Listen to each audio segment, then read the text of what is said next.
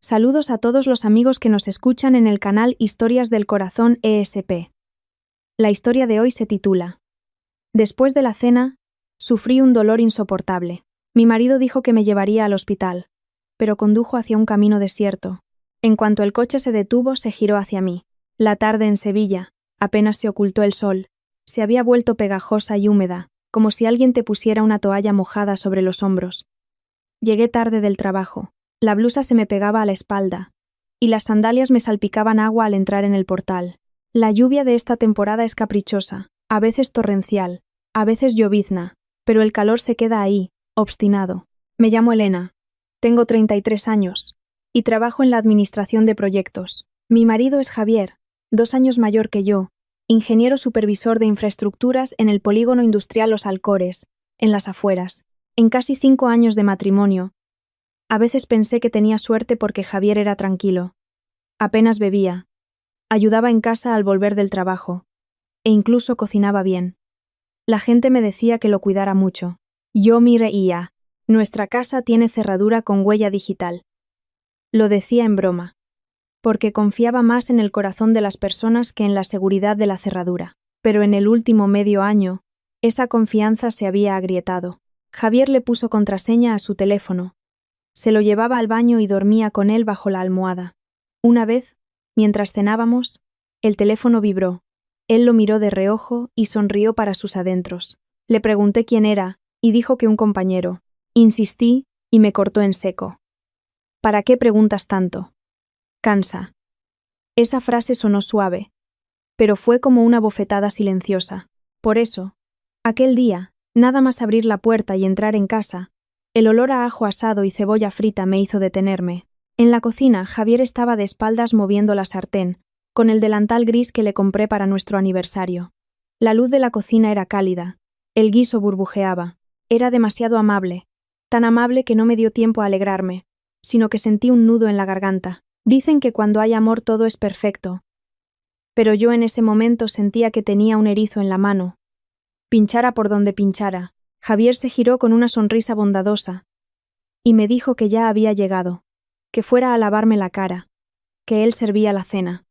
Dije que sí, y fui al baño. Al mirarme en el espejo vi mis ojeras y mis labios pálidos. No soy el tipo de mujer a la que le gusta espiar, pero la intuición femenina es un ruido extraño y constante. Solo golpeaba en mi pecho diciéndome que tuviera cuidado.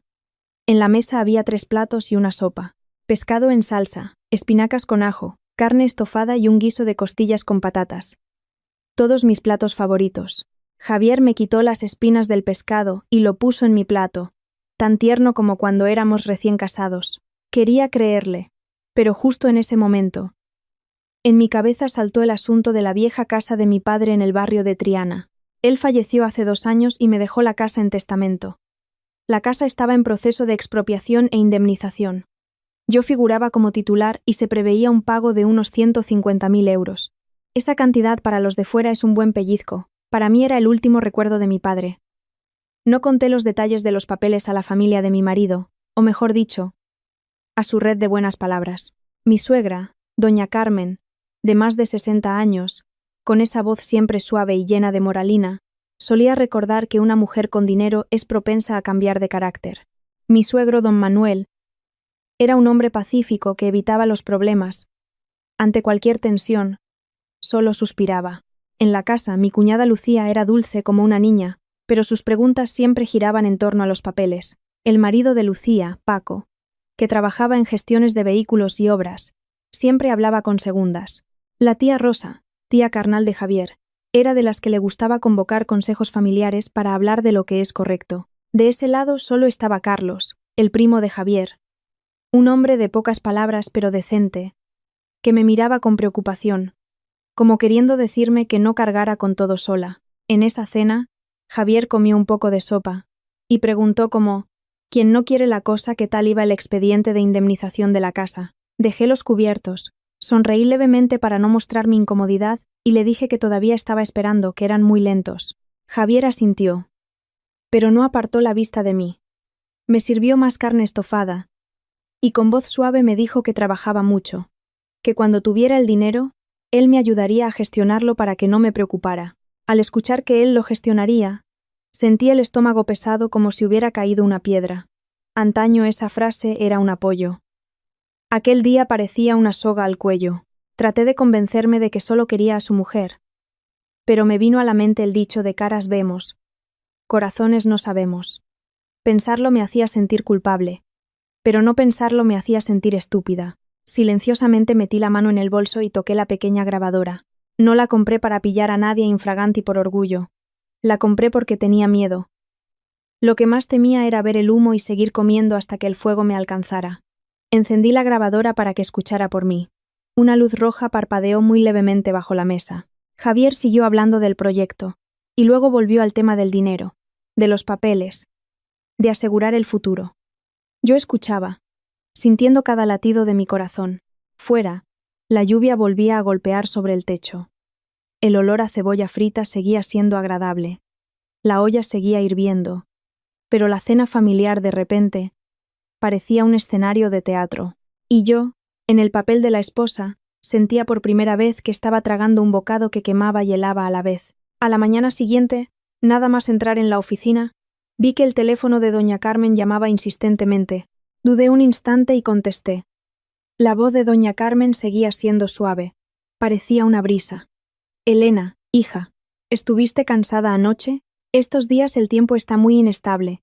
Cuidado con los dolores de barriga y los resfriados. Respondí educadamente que estaba bien, que seguro era solo mucho trabajo. Ella se rió suavemente y dijo que solo llamaba para preguntar. Y de paso, ¿cómo iba lo de la casa de Triana? Había oído que esas indemnizaciones ahora iban rápido. ¿Tenía ya fecha? Al escuchar eso lo entendí todo. La pregunta sobre la salud era solo el envoltorio. La pregunta posterior era el clavo. Respiré hondo y dije cortante que seguía el proceso con el ayuntamiento y la Junta de Compensación, que cuando tuviera fecha avisaría. Ella soltó un largo ajá y remató suavemente, como quien deja caer una piedra, diciéndome que tuviera cuidado con los papeles, que en estos tiempos, si se pierden es un problema, y que mejor lo hablara con Javier, que los hombres calculan mejor. Dije que sí, pero por dentro estaba inquieta. Escuchado así, alguien que no prestara atención pensaría que se preocupaba por su nuera. Yo lo veía claro. Me estaba recordando que el dinero debía pasar por manos masculinas, o al menos estar bajo el control de la familia política. Sin tiempo para respirar, saltó un mensaje de Lucía, dulce como el azúcar. Elena, ¿has desayunado? Quería preguntarte una cosa. ¿Tienes fotocopia de la notificación de expropiación? Mándamela para verla. Conozco a alguien en la administración. A lo mejor te ayudo a agilizarlo. Miré la frase te ayudo a agilizarlo y quise reír. No veía cómo iban a agilizar nada. Solo veía que querían correr hacia mi cuenta bancaria.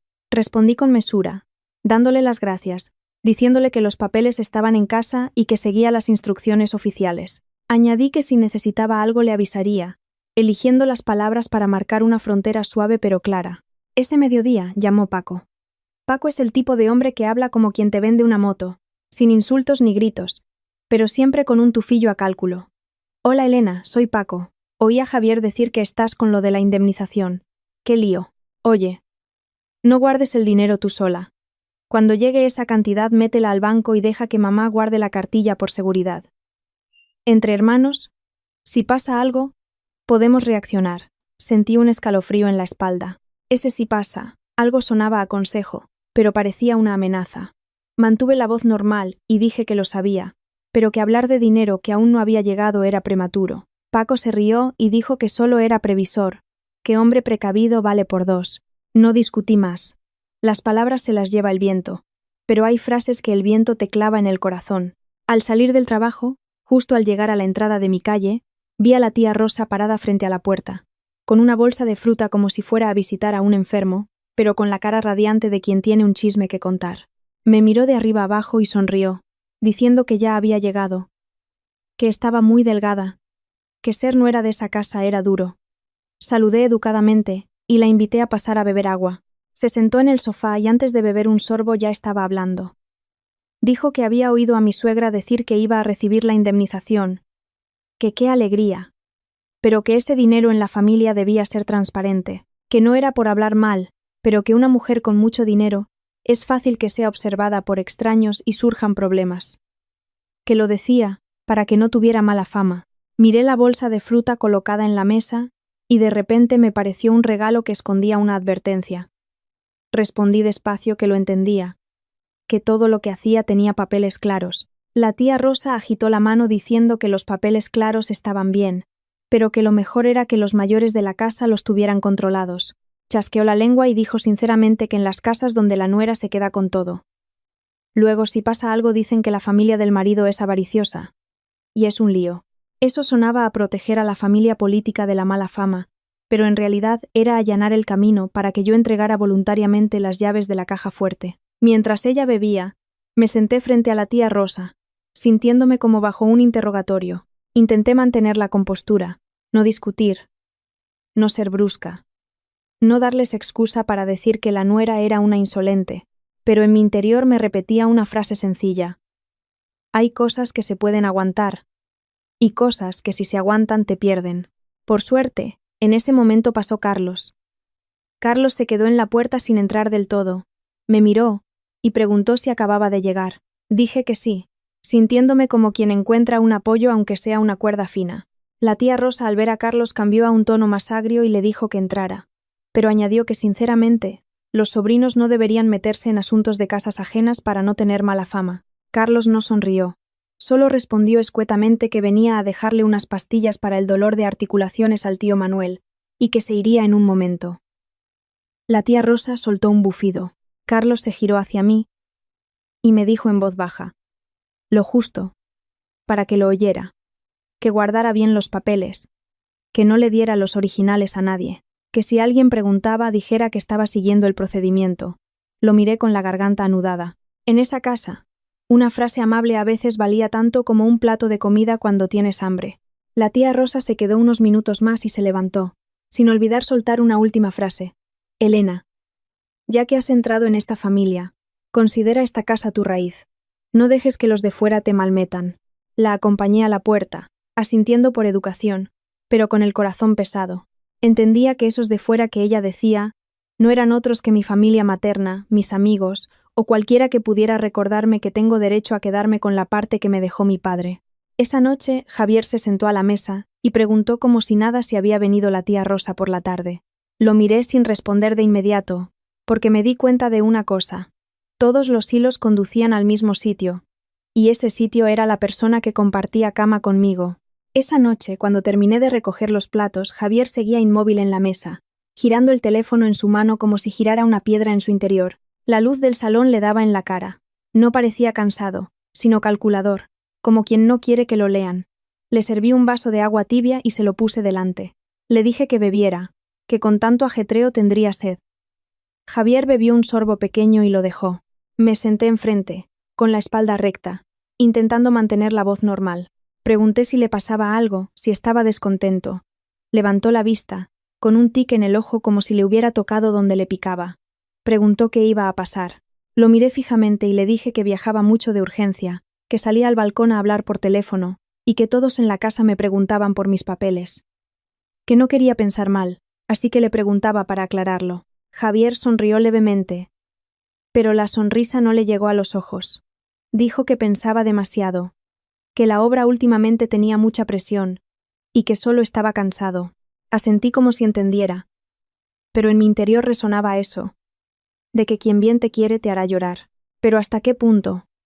Hasta el punto de hacerte daño.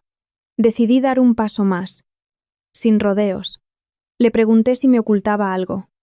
Javier dejó el teléfono y se recostó en la silla. Dijo que no exagerara, que si los matrimonios se investigan así no se puede vivir. Casi me río. Investigar fue la palabra que él usó. Yo solo pregunté, pero me lo tragué. Hay conversaciones en las que cuanto más discutes, más demuestras tu debilidad. Me levanté para coger un trapo y limpiar la mesa como si fuera una charla trivial. Al agacharme vi que su teléfono se iluminaba un segundo y se apagaba. No vi bien el contenido.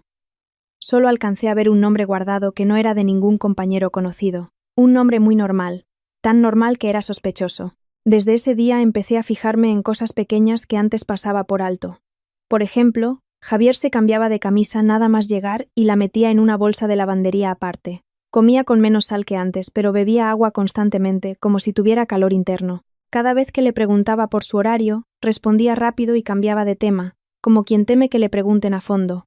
A la mañana siguiente en la empresa, mientras fotocopiaba papeles, mi compañera de administración soltó una frase muy casual. Dijo que en el polígono industrial, Los Alcores, había quejas otra vez. Decían que en el canal cercano había un olor raro y peces muertos flotando, que no sabía si era verdad. Se me pararon las manos. El polígono donde trabajaba Javier. Me giré y pregunté intentando parecer indiferente quién lo decía. Ella se encogió de hombros y dijo que en el grupo de vecinos lo comentaban y que alguien había subido un vídeo. Que ya sabía cómo eran las redes. Que todo se hacía viral al momento. Escuchar eso de hacerse viral parecía broma. Pero el corazón me latía fuerte. No era tonta para creer de inmediato un vídeo de internet, pero sabía que si la obra tenía problemas, la gente de allí viviría tensa como una cuerda de violín. Y la gente tensa hace locuras, sobre todo si alguien les tiene cogidos por el cuello. Al mediodía le mandé un mensaje corto a Carlos. Le pregunté si estaba libre para invitarle a un café. No le conté nada largo por mensaje. En la familia de mi marido había más oídos que bocas, y las bocas corrían más que el viento. La cafetería donde quedé con Carlos estaba en un callejón tranquilo.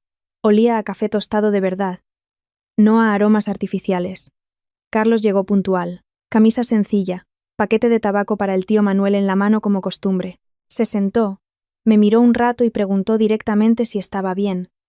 Dije que no mucho, pero que lo intentaba. No le conté las preguntas sobre los papeles del día anterior, porque contarlo era revivir el dolor. Fui directa a lo que necesitaba. Le pregunté si notaba algo raro en Javier últimamente.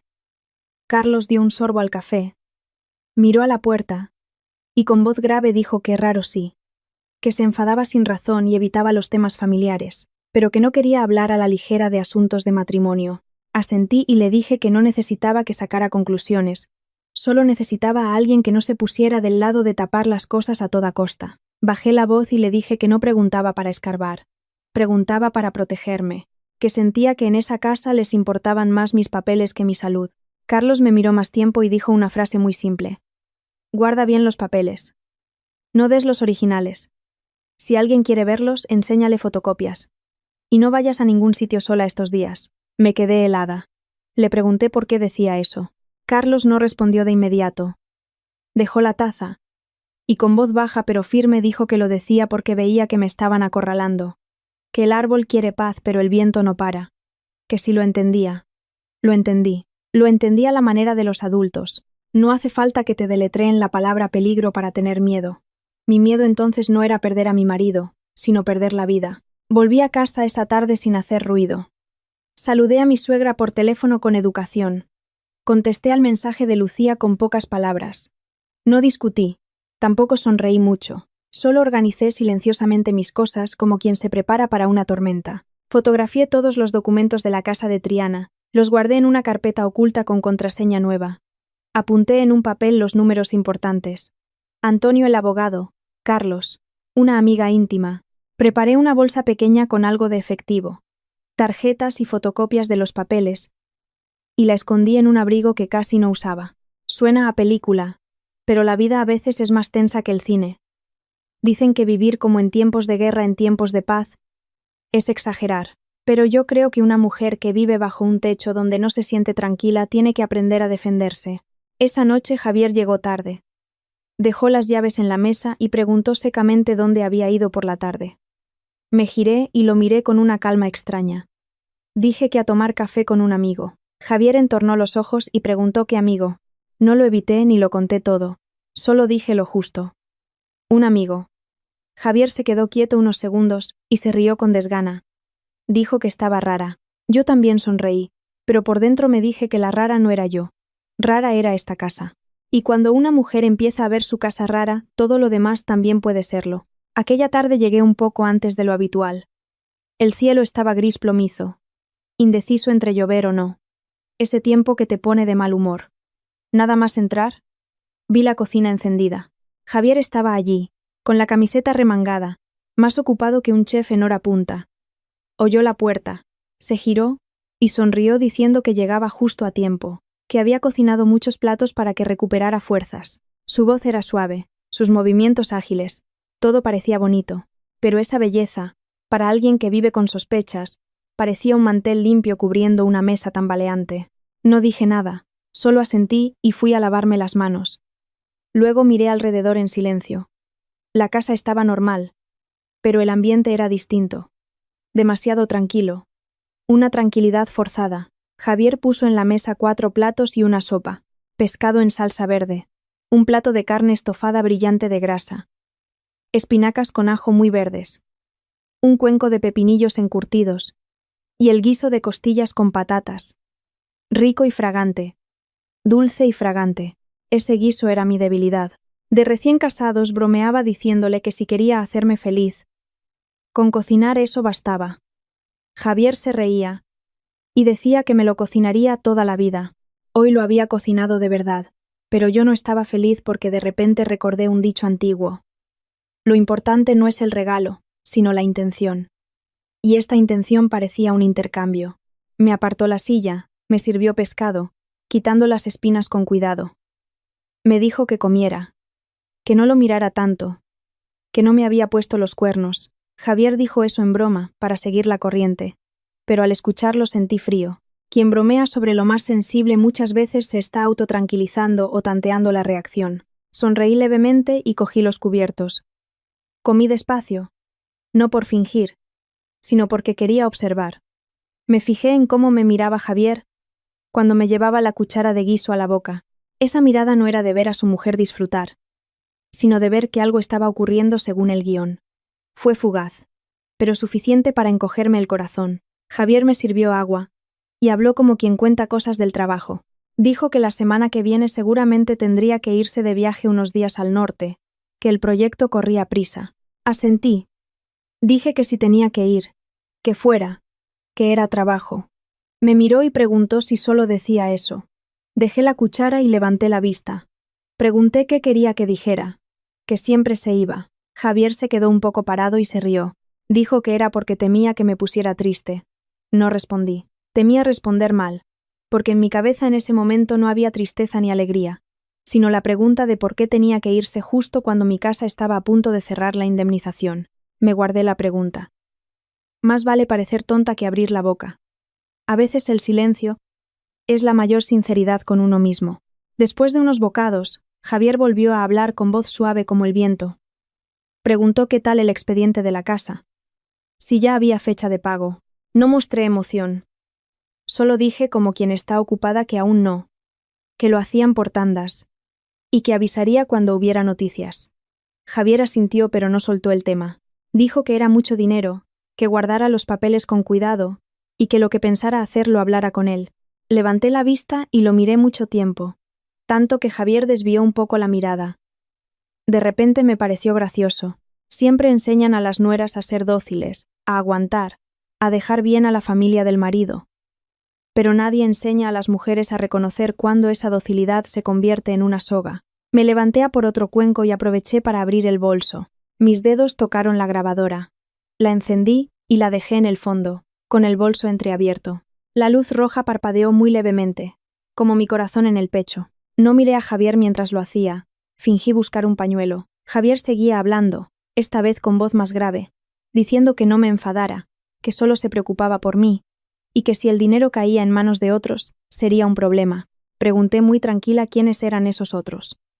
Javier se rió para disimular, diciendo que en esta sociedad nunca se sabe, que solo lo decía por decir. Dije, ajá, no pregunté más porque entendí que preguntar más en ese momento solo lo pondría en guardia. En mi interior creció una sensación extraña, mezcla de rabia y de pena, pero una pena que no podía sentir del todo. Volví a comer. Me llevé la cuchara de guiso a la boca. El sabor suave de las patatas era perfecto. El olor a costilla era fragante. Pero tras unas cucharadas, el estómago me dio un pinchazo. Al principio fue como si alguien apretara fuerte en un punto, y luego se fue retorciendo. Un dolor agudo como si algo frío y afilado me arañara por dentro. Solté la cuchara, intenté respirar. Javier se levantó de un salto. Preguntó qué pasaba. Iba a decir que seguro era dolor de estómago, pero el dolor no era de estómago. Llegaba rápido y profundo, y me hizo sudar frío por la nuca. Me temblaban las manos, los labios se me secaron de repente. Me agarré al borde de la mesa para no caerme. Javier saltó para sujetarme por los hombros. Fue rápido, extrañamente rápido, como quien espera el momento exacto. Dijo que me levantara, que me llevaba al hospital. Quise hacer una pregunta en voz alta, pero la garganta se me cerró y solo salió un sonido muy pequeño. Javier no me dejó terminar, cogió una chaqueta, me sujetó con una mano y con la otra cogió las llaves del coche. Dijo que no hablara, que nos íbamos ya. Mis piernas eran de gelatina, me arrastró por el salón, por la puerta. No me dio tiempo a coger el teléfono, ni a escribir a nadie. En mi cabeza solo cruzó un pensamiento. La grabadora en el bolso seguía grabando, y tenía que conservar ese bolso a toda costa. Javier casi me arrastró escaleras abajo hasta el patio. El aire fuera era sofocante. El vapor de la tierra tras la lluvia subía con olor a humedad. La luz frente a la casa era amarillenta. El callejón estaba desierto. Solo se oía una moto a lo lejos y el chirrido de algún ventilador. Todo era tan normal que mi anormalidad daba más miedo. Javier abrió la puerta del coche y me empujó al asiento del copiloto. Abracé el bolso contra mi pecho con fuerza, no por miedo a perder dinero, sino porque la grabadora estaba ahí dentro como una pequeña aguja clavada en la verdad. Intenté meter la mano para buscar el teléfono, pero veía borroso y tenía las manos entumecidas, la cabeza como llena de algodón. Le pedí que me dejara llamar. Preguntó a quién. Apenas podía hablar. Javier me abrochó el cinturón de seguridad. Sus movimientos eran fríos y precisos. Dijo que qué llamar ni qué llamar, que primero al hospital, que me concentrara en respirar. Rodeó el coche y se subió al asiento del conductor. Cerró la puerta con un golpe seco. Arrancó el motor. El sonido era constante, sin prisa, pero tampoco con el nerviosismo de un marido asustado porque su mujer sufre. He visto a gente llevar a familiares a urgencias. Suelen tener la voz temblorosa, las manos temblorosas. Olvidan las llaves. Javier parecía haber ensayado esto muchas veces. El coche salió del callejón. Intenté abrir los ojos y mirar por la ventanilla. Si íbamos al hospital más cercano, había que girar a la derecha en el cruce de la avenida, donde había una farmacia iluminada y un cartel publicitario brillante toda la noche. Lo recordaba bien porque había pasado por allí cientos de veces. Pero Javier no giró. Siguió recto. Tragué saliva. El dolor volvió como una ola. Intenté preguntar con voz entrecortada por qué no giraba. Javier miraba al frente, con el volante firme y voz tranquila. Dijo que por allí había tráfico, que por el otro camino había menos coches y era más rápido. Menos coches. Sonaba lógico para alguien asustado. Pero yo no estaba asustada de esa manera. Estaba asustada porque sentía que me llevaban a algún sitio, como un pez sacado del agua. Cuanto más me movía, más me ahogaba. El coche seguía, las casas escaseaban, las farolas ya no eran constantes. Había zonas de luz y tramos de oscuridad. Miré el reloj en el salpicadero. La luz azul se me desenfocaba. El sudor frío me bajaba por la columna. La ropa se me pegaba. Me llevé la mano al vientre. Estaba duro. Dolía como si alguien lo retorciera. Javier aceleró de repente. El viento entraba por la rendija de la ventana trayendo olor a barro y hierba. Intenté estirarme para ver las señales, pero las letras pasaban ante mis ojos como hormigas. El teléfono de Javier vibró. El sonido no era fuerte, pero en el silencio del habitáculo sonó nítido. Javier miró la pantalla un instante muy rápido, pero capté el momento. Su cara se tensó un segundo, y luego metió la mano y hundió el teléfono en el bolsillo del pantalón como si escondiera un carbón ardiendo. Sentí la garganta seca. El dolor de barriga me hacía querer doblarme, pero intenté mantener la espalda recta porque entendía que si me desmayaba, todo en este coche sería suyo. Le pregunté quién llamaba, solo para mantenerme despierta. Javier respondió al instante sin pensar. Dijo que el equipo de la obra, que preguntaban algo del trabajo. Su voz era demasiado suave, demasiado falsa. En mi cabeza resonó el dicho: quien miente una vez, miente siempre. No quería sospechar más, pero la sospecha me cubría como un chubasquero roto, calándome de frío. El coche giró por un camino pequeño. A ambos lados había descampados. En algunos tramos había escombros. A lo lejos algunas naves industriales oscuras. Había tan pocas farolas que tenía que entornar los ojos para ver el borde del camino. Javier apagó la música. Apagó cualquier ruido para no pensar. En el coche solo quedaba el ruido del motor y mi respiración agitada. Intenté bajar un poco la ventanilla para respirar, pero el viento entraba helado. La volví a subir. Javier no me preguntó si tenía frío. Solo conducía concentrado como quien corre contra el tiempo.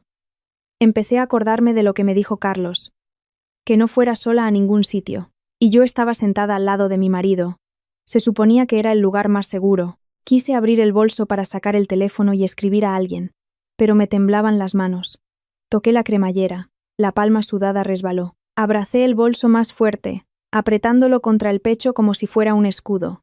Llamé a Javier con voz débil. Pregunté dónde estaba el hospital. Javier respondió tranquilo. Ya casi llegamos. Esas dos palabras sonaban ligeras, pero el camino delante estaba cada vez más desierto. Miré fuera, y no había señal de hospital, ni luces de urgencias, ni tiendas, solo una franja de carretera oscura que se alargaba, y algunas sombras de árboles negros cayendo como brazos. El coche giró de repente hacia un camino de tierra. Las ruedas crujieron sobre la grava. Me sobresalté. El dolor me hizo casi vomitar. Dije que este camino. Javier me cortó diciendo que era un atajo. Luego apagó las luces largas. El interior del coche se quedó a oscuras, solo con la luz azul tenue del cuadro de mandos iluminando la cara de Javier. En esa luz, su rostro se veía diferente. Rasgos duros, ojos hundidos, labios apretados como guardando un secreto pesado. Oía mi corazón en los oídos, pum pum, como si alguien llamara a la puerta. Intenté levantar la mano para encender la luz del techo, pero el dolor me bajó el brazo. Me mordí el labio para no gemir. El olor en el coche ahora era raro. No era perfume ni sudor. Era algo tenue como medicina, como polvo. No estaba segura, pero me daba miedo. Javier paró el coche. El motor seguía en marcha, pero el coche estaba quieto en medio de la oscuridad. Fuera no había ruido de gente ni de coches. Solo el sonido de los grillos y el viento entre los matorrales. Javier se giró para mirarme. Por primera vez desde que me dolía, me miró a los ojos fijamente tanto tiempo. Ya no había preocupación, ni voz dulce, solo una mirada fría y calculadora. Escuché en mi cabeza una frase muy real. Cuando hay hambre, las rodillas ceden. Pero esto no era hambre de comida. Era hambre de humanidad. Y cuando la humanidad tiene tanta hambre, que está dispuesta a morder. El amor conyugal es como un vaso de agua frente a un ventilador. Se evapora antes de que puedas beber. Apreté las asas del bolso, clavando las uñas hasta hacerme daño. Ya no tenía fuerzas para preguntar por qué. Solo intentaba mantener una cosa. Tenía que seguir despierta. Seguir respirando. Saber qué estaba pasando. Javier me miró mucho tiempo, tanto que oí claramente el sonido seco de su garganta al tragar. En ese instante, entendí algo muy cruel. El hombre sentado a mi lado ya no era el Javier en el que me apoyaba. Llevaba su cara, pero en sus ojos habitaba otro. Tragué el dolor y con voz ronca le dije que me llevara al hospital, que no aguantaba más. Javier curvó los labios, una sonrisa fina como una hoja de afeitar. ¿Al hospital? ¿Te crees que es tan fácil? Me quedé paralizada. El dolor en el vientre ya no era solo dolor, era como un frío que se extendía hasta el pecho. Me aferré al bolso, intentando mantener la calma. Le pregunté qué quería decir. Javier suspiró como quien se quita un peso de encima. ¿Qué quiero decir? Que ya te lo has comido. Puse un poco en el guiso, lo justo para que te vayas rápido sin que nadie sospeche. Se me taponaron los oídos. Sentí como si alguien me hubiera dado un martillazo en la cabeza, pero sin sonido. Solo un vacío. Le miré la boca. Vi que sus labios se movían, pero tardé unos segundos en entender las palabras. ¿Qué has puesto? Pregunté no porque no entendiera, sino porque necesitaba que lo dijera claro. Javier sacó de la guantera un frasco pequeño de plástico opaco con tapón de rosca. Lo agitó delante de mi cara como presumiendo de un juguete. Esto es un polvo, se mezcla. Si lo comes, te destruye poco a poco. Fallo multiorgánico. Los médicos solo verán eso.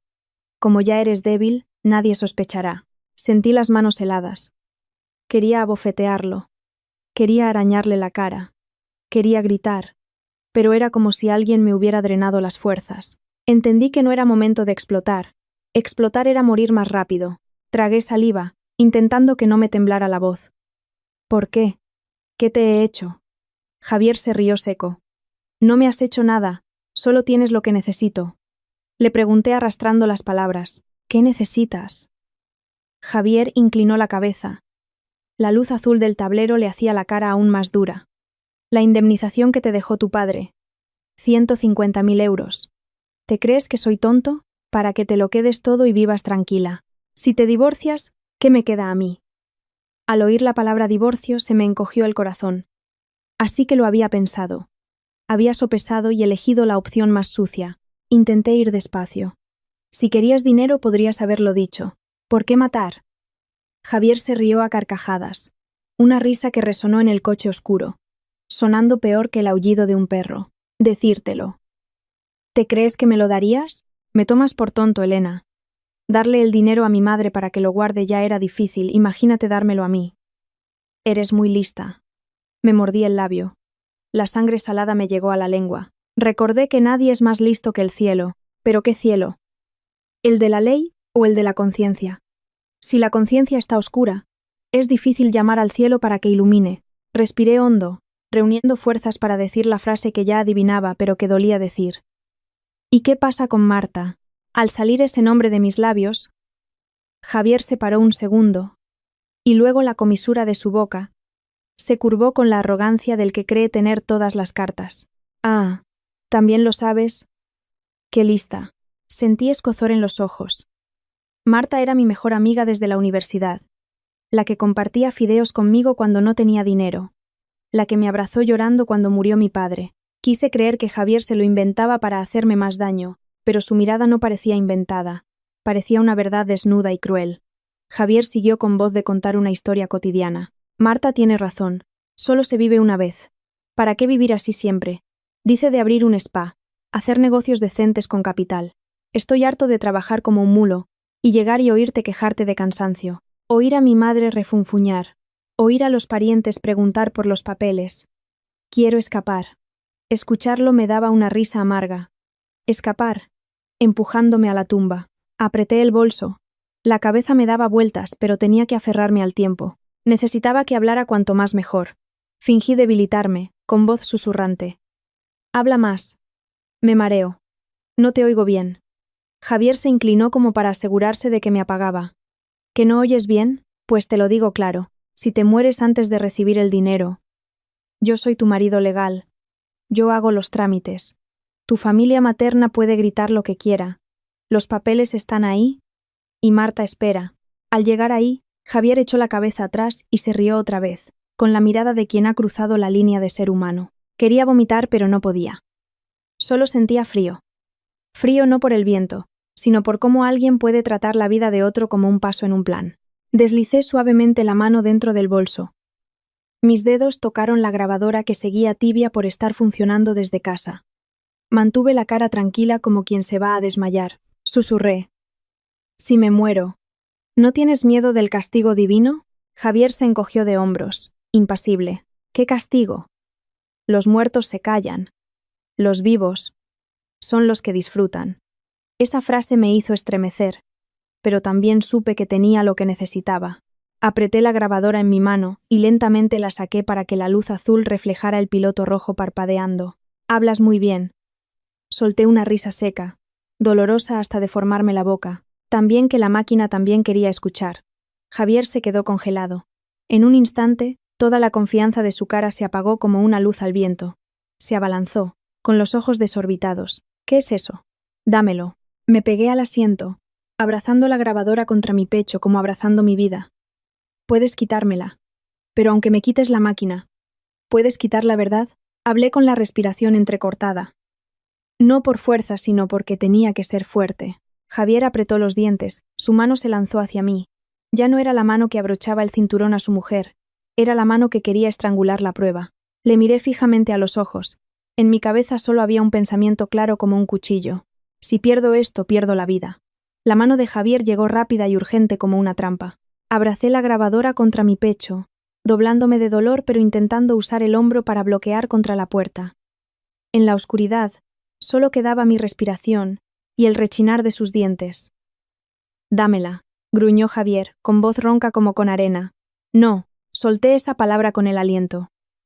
No por valentía, sino porque entendía que soltar esto era soltar la vida.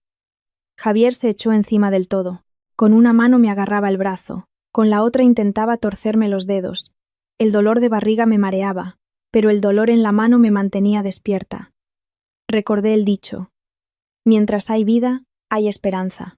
Me quedaba aliento. Tenía que darle una bofetada al destino. Di una patada fuerte hacia la puerta, intentando abrir el seguro. Javier me dio un manotazo en la espalda. Sonó sordo. No dolió tanto como la traición en mi corazón. Me empujó contra el asiento. Su mano helada me apretó la muñeca. La grabadora resbaló un poco de mi pecho. Sentí que mi corazón caía al suelo. Justo en ese momento, vi a lo lejos por el cristal una luz amarilla muy pequeña. La luz de una casita, pequeña como la punta de una aguja en la noche. Pero para mí en ese momento brillaba como un camino. Fingí aflojar la mano como si fuera a desmayarme. Javier se detuvo un poco, bajando la cara para mirar. En ese segundo de descuido, tiré fuerte de la mano.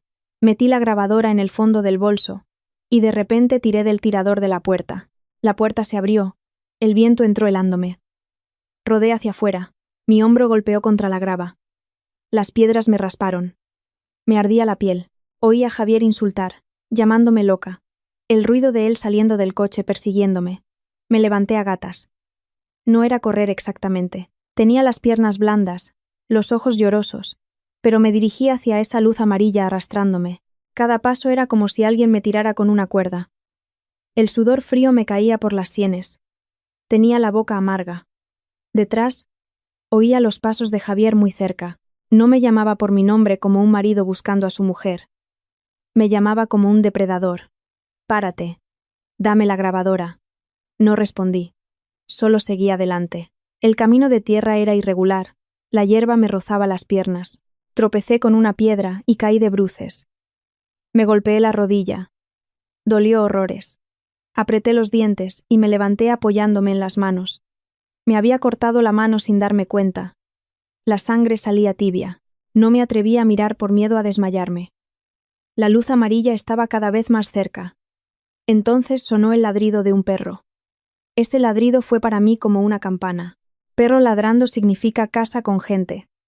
Gente significa testigos. Testigos significa que Javier no puede hacer lo que quiera. Reuní todo el aire y grité: «¡Ayuda! ¡Ayuda!». Mi voz salió rota. Sonaba a otra persona, pero grité tanto que me escoció la garganta como si tuviera sal. La puerta de la casa se abrió. Un señor mayor de unos 60 y tantos salió con una linterna. La luz barrió la noche. Una luz blanca cortando la oscuridad. Al verme se sobresaltó. Y vino rápido. «Dios mío, señora, ¿qué le pasa?». Me lancé hacia él, casi derrumbándome en su pecho. Me agarré a su manga, sin aliento. «Señor, por favor, mi marido me ha envenenado. Me duele. Ayúdeme». Oí a Javier acercarse. Se paró a unos metros, respirando fuerte pero intentando parecer normal. Javier levantó las dos manos, cambiando el tono a uno suave. «Señor, a mi mujer le duele mucho. Delira». La llevaba al hospital, pero le entró el pánico y salió corriendo. El señor miró a Javier y luego a mí. La luz de la linterna me iluminaba la cara. Seguro que estaba verde. Negué con la cabeza continuamente.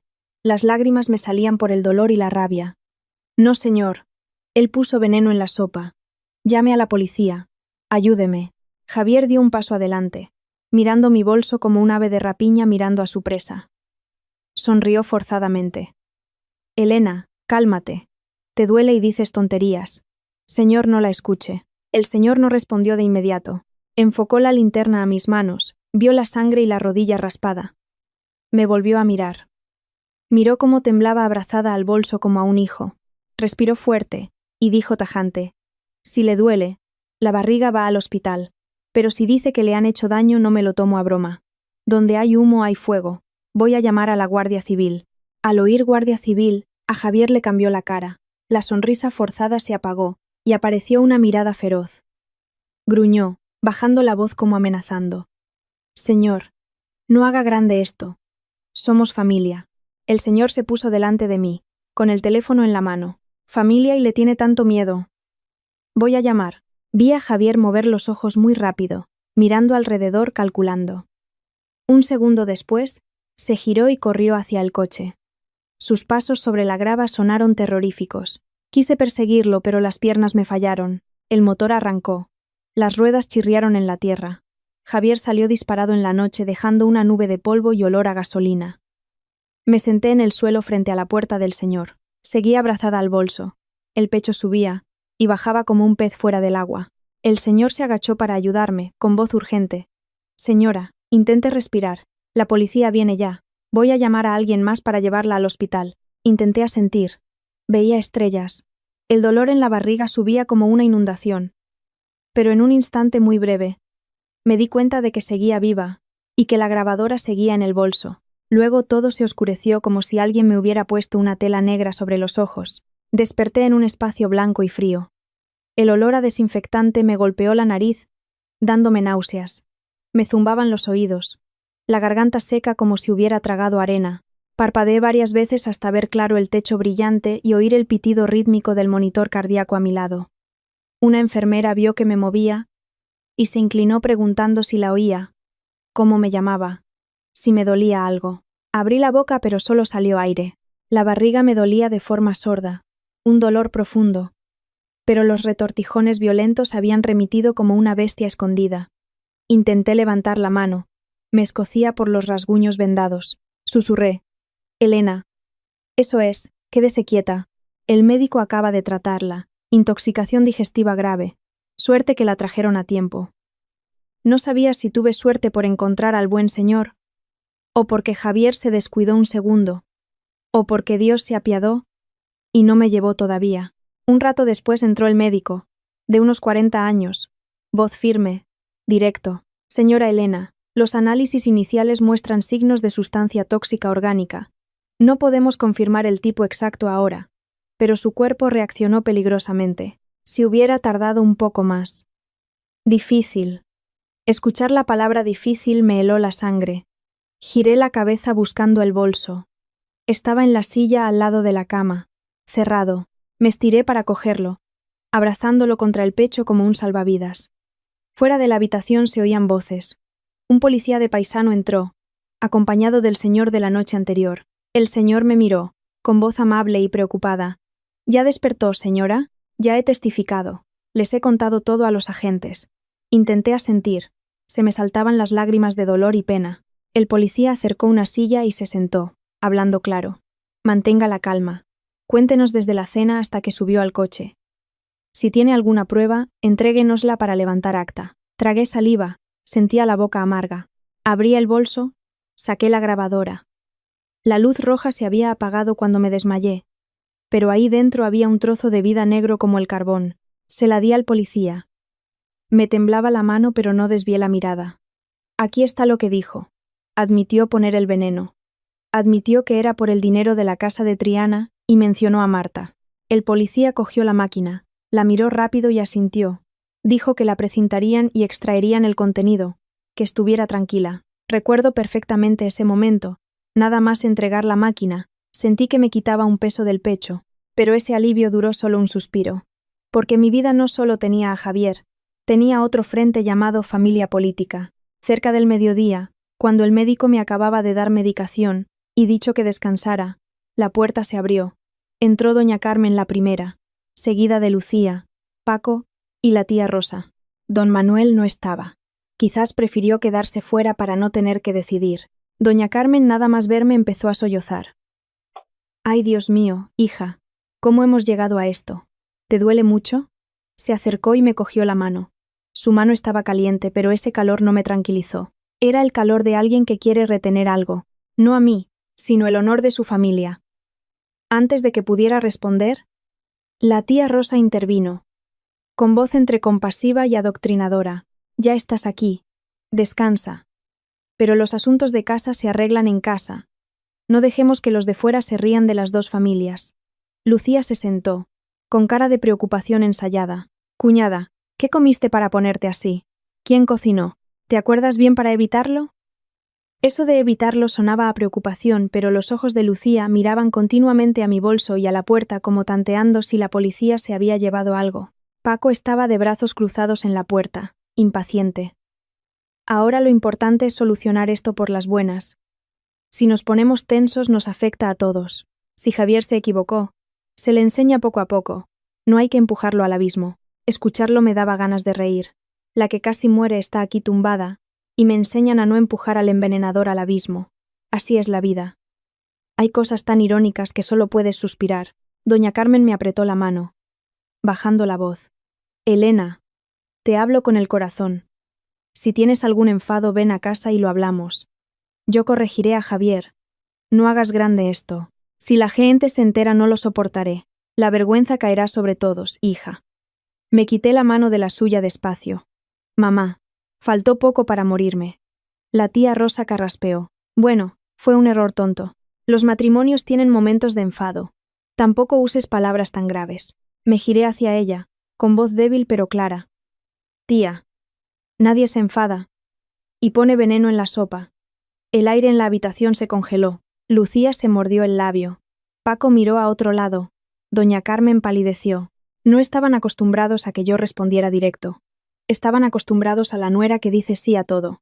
Aquí me permito un inciso para los amigos que escuchan la historia. Si ven estas situaciones familiares de forzar el silencio para mantener la paz dignas de reflexión, por favor denle a me gusta al canal y dejen un comentario. Si estuvieran en mi lugar, ¿elegirían callar o hablar?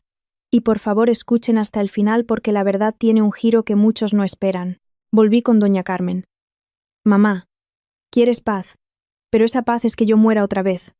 No hago nada excesivo. Solo digo la verdad a la policía para que me salven. Doña Carmen apretó los labios, con los ojos rojos pero sin lágrimas. ¿Dices eso porque has decidido romper la relación con esta familia? Escuchar romper la relación me entristeció. ¿Qué relación cuando valoran mi vida menos que el qué dirán? Respondí con extraña calma. Solo quiero vivir. Paco soltó una frase molesto que pretendía asustar pero reveló su naturaleza. Si haces esto, luego ¿cómo vas a mirar a la cara a nadie? Le miré fijamente. Tranquilo. A la que casi muere no le importa mirar a la cara a nadie tanto como tener cara para poder mirar. Esa frase dicha por mí me hizo sentir diferente. Quizás, porque al pasar por el borde de la muerte, uno se desprende de muchas cosas, incluso del hábito de temer caer mal. Doña Carmen se levantó de golpe, temblando. Bueno, me voy. Descansa. Pero te aviso. En nuestra casa los trapos sucios se lavan dentro. No la retuve, ni supliqué. Salieron dejando olor a linimento y a tensión. Cuando la puerta se cerró, me di cuenta de que me temblaban las manos más fuerte. No por miedo a ellos, sino porque entendí que desde ese momento había cruzado a la otra orilla, la orilla donde ya no me llamarían la nuera dócil. Me quedé mirando al techo, oyendo la lluvia volver a caer fuera en el pasillo. En mi cabeza solo había una certeza como un clavo. No dejaré que nadie tape la verdad. Sobreviví una vez, así que tengo que vivir dignamente, vivir con claridad. Cayó la tarde. La lluvia repiqueteaba en el techo del hospital comarcal. Sonaba como si alguien golpeara rítmicamente una lata. Yo miraba el techo blanco pálido, intentando tragar una pastilla amarga con la garganta seca. El cuerpo seguía cansado, pero la mente estaba despierta. Esa lucidez del que acaba de escapar de la muerte. De repente no queda espacio para las cortesías. La puerta se abrió suavemente. Pensé que era la enfermera, pero era Carlos. Estaba en el umbral, la camisa mojada por la lluvia, el pelo húmedo, una bolsa de fruta en la mano. No entró de inmediato. Me miró un rato como temiendo añadirme presión. ¿Estás mejor, Elena?, preguntó con voz grave. Asentí levemente. Estoy viva. Suena fuerte, pero decirlo bajito bastaba. Carlos acercó la silla y se sentó junto a la cama. Dejó la fruta en la mesilla y miró alrededor sopesando cada palabra. ¿Ya vinieron la tía Carmen y la tía Rosa?, preguntó. Solté el aire mirando al techo un segundo y respondí que sí. Dijeron que los trapos sucios se lavan en casa. Carlos frunció el ceño ligeramente. No comentó nada. Solo dijo escuetamente que lo suponía. Luego dudó un poco como quien teme contar algo que duela más, pero al final habló porque entendía. Hay cosas que si no se dicen, otro muere. Vine para decirte algo. Lo guardo desde esa noche. No estoy seguro al 100%, pero oí unas palabras y creo que necesitas saberlas. Me giré para mirarlo. En este momento, no necesitaba compasión. Necesitaba la verdad por fea que fuera. Carlos bajó la voz. La noche que te dolió, antes de que Javier te llevara, pasó por casa de la tía Carmen. Sentí que el corazón se me apretaba. ¿Qué fue a hacer a casa de su madre? A recoger un sobre con papeles que la tía Carmen le dio en mano. Yo estaba cerca de la puerta y vi claro que Javier no entró. Se quedó fuera y lo metió en el bolsillo de la chaqueta. Carlos me miró fijamente. ¿Sabes qué puede ser eso? No me atrevía a adivinar. Solo negué con la cabeza, pero mi mano bajo la sábana se cerró inconscientemente. Carlos siguió. Luego salió al balcón a hablar por teléfono. Yo no quería espiar, pero el balcón de la tía Carmen es pequeño, y él hablaba entre dientes. Oí algunas palabras sueltas. Cerró los ojos un segundo intentando recordar con precisión y dijo cada palabra. Informe de inspección, señor Vargas. Y luego la frase. Que no quede viva. Se me taponaron los oídos. La última frase fue como un clavo directo a la cabeza. Miré a Carlos. Quise preguntar de nuevo, pero la garganta se me anudó. ¿De verdad oíste eso? Pregunté ronca. Carlos asintió. Oí exactamente eso.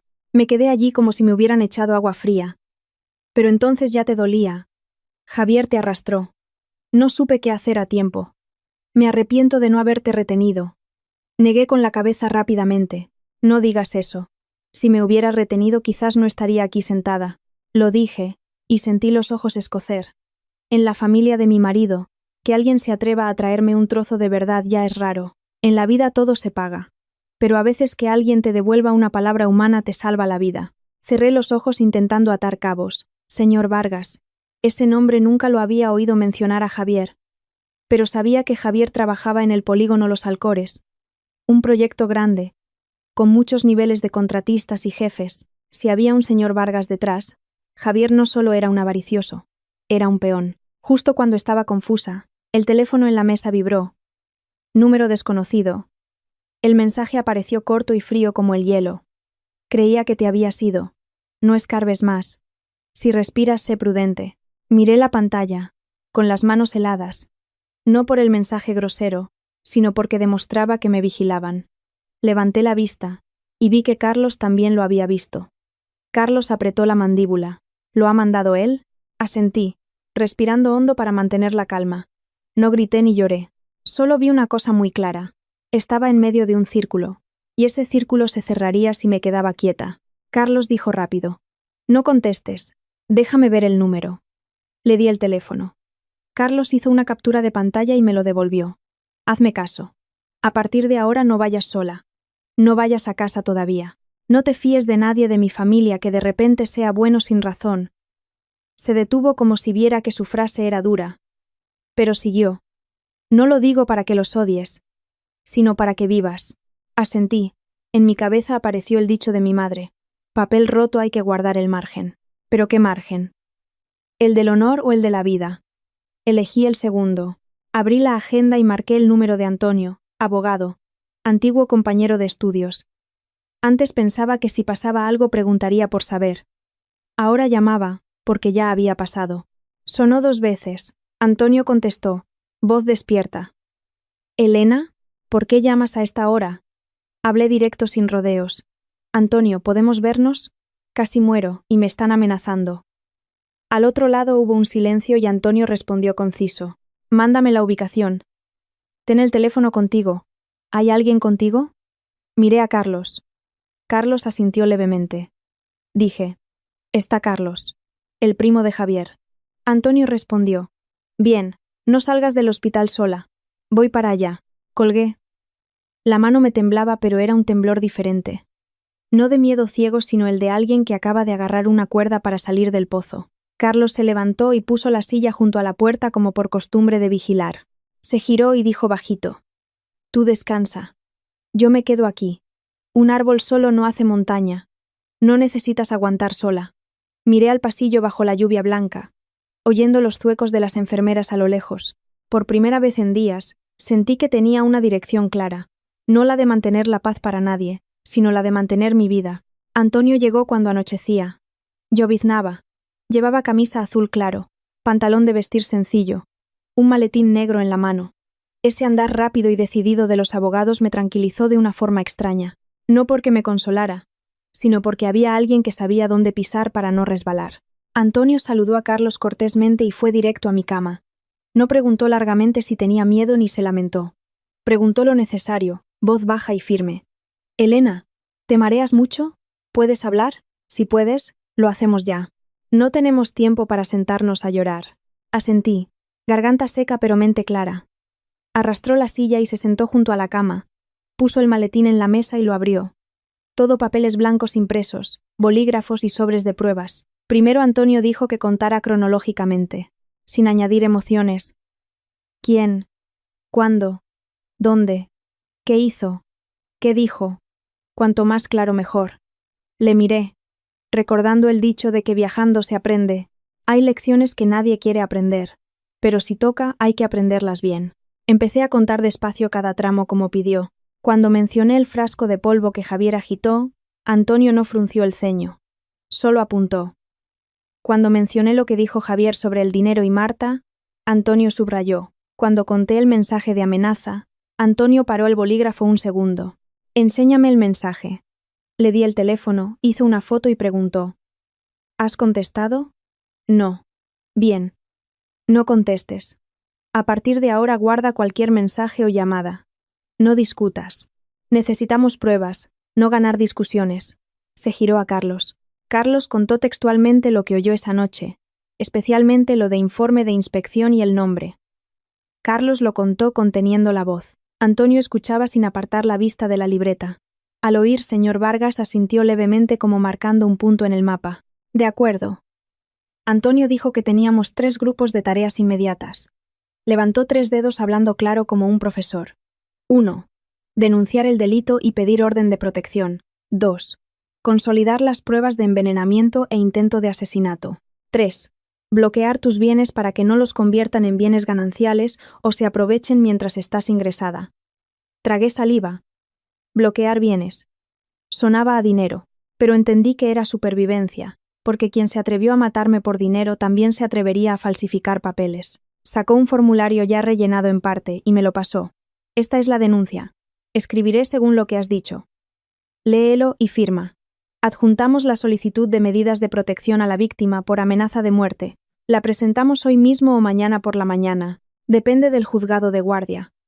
Pero necesitamos el sello de registro pronto. Miré las letras impresas. Me sentí pequeña. Pero extrañamente el lenguaje legal me hizo enderezarme. Ya no me sentía la nuera presionada. Era víctima de un delito y tenía derecho a protección. Antonio se dirigió a la enfermera de guardia para pedir el informe de ingreso y la orden de análisis. Habló muy conciso. Por favor, necesito copia del historial inicial. Resultados de análisis. Tratamiento indicado. Soy su representante legal. Lo necesito para la investigación. La enfermera miró a Antonio y luego a mí, asintió. Sí. Aviso a administración. Antonio volvió y me advirtió. No salgas del recinto hospitalario bajo ningún concepto sin compañía. Ni al baño, avisa a la enfermera o que te acompañe Carlos. Suena molesto. Pero no te ofendas. Quien te metió en un coche una vez puede hacerlo otra. Sentí un escalofrío. Carlos, sentado junto a la puerta, cerró el puño. Los 2 hombres no dijeron la palabra miedo, pero su vigilancia levantó una valla en la habitación. Antonio sacó el móvil y abrió notas. Ahora los mensajes. Pediré que rastreen el número. Pero recuerda que no esperamos que esté a su nombre real. Sin embargo, podemos rastrear la señal por zona o patrones de contacto. Me miró fijo. ¿Tienes algún conocido en telecomunicaciones? Negué. Antonio asintió como si ya lo tuviera previsto. No importa. Tengo canales legales con las autoridades.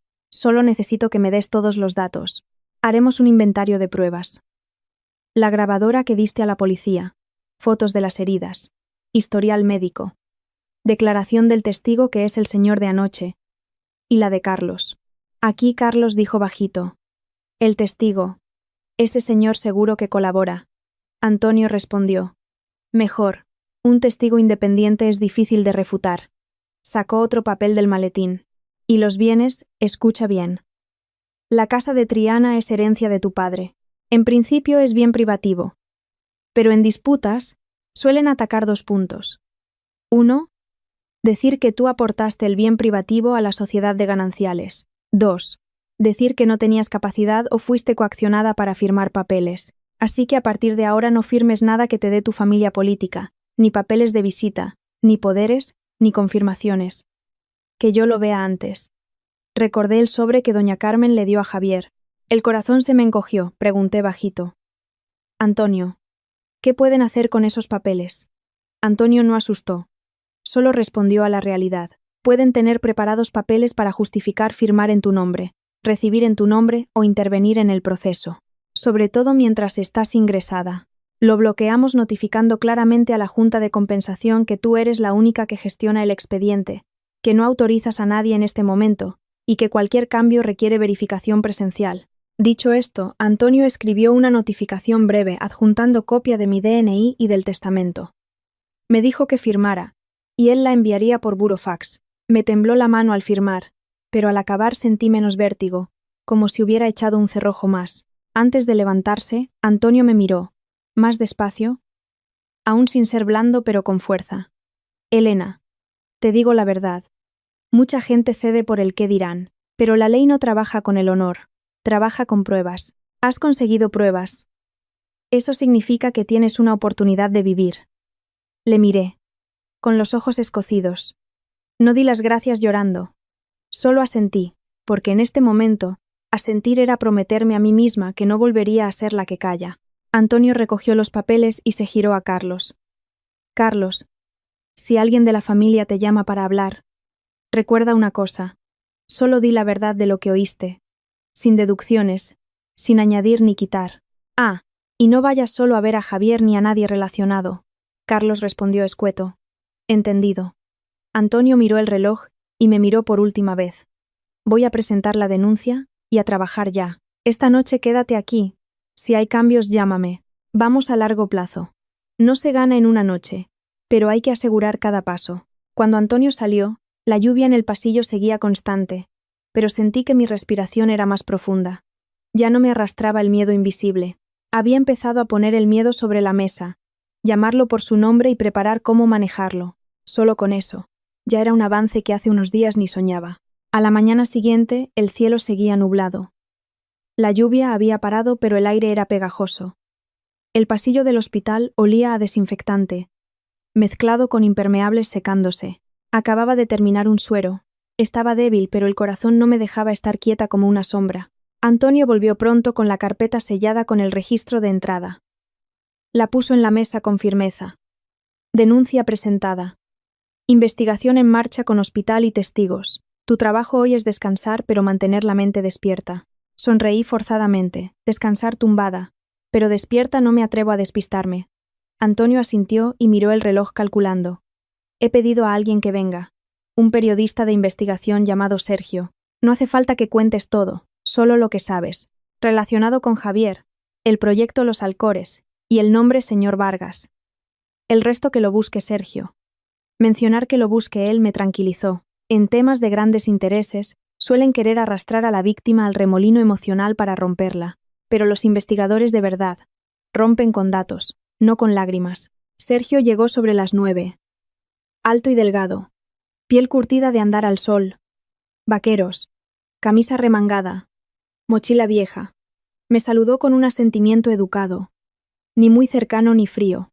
Señora Elena, dijo de entrada, le digo una cosa clara, no soy policía, ni hago el trabajo de la ley. Solo busco lo que se puede probar, porque a veces la verdad no sale sola a la luz. Le miré. Me pareció más una advertencia que una promesa. Asentí. Pregunté. Sergio puso una libreta pequeña en la mesa, bolígrafo en mano. ¿Qué puesto tiene su marido Javier en el polígono Los Alcores? Supervisor de infraestructuras. ¿De qué contratista? Menciona a algún jefe directo. No sabía el nombre de la empresa, pero recordaba que Javier hablaba de la central y la dirección de obra. Conté lo que había oído sin adornar. Mencioné los hábitos recientes de Javier. Evitar hablar de la obra. Su molestia cuando pregunté por el olor raro en el canal. Sergio anotó y preguntó muy conciso. ¿Dónde oyó el nombre señor Vargas? De Carlos.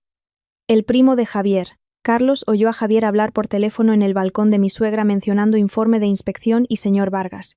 Sergio levantó la vista un instante.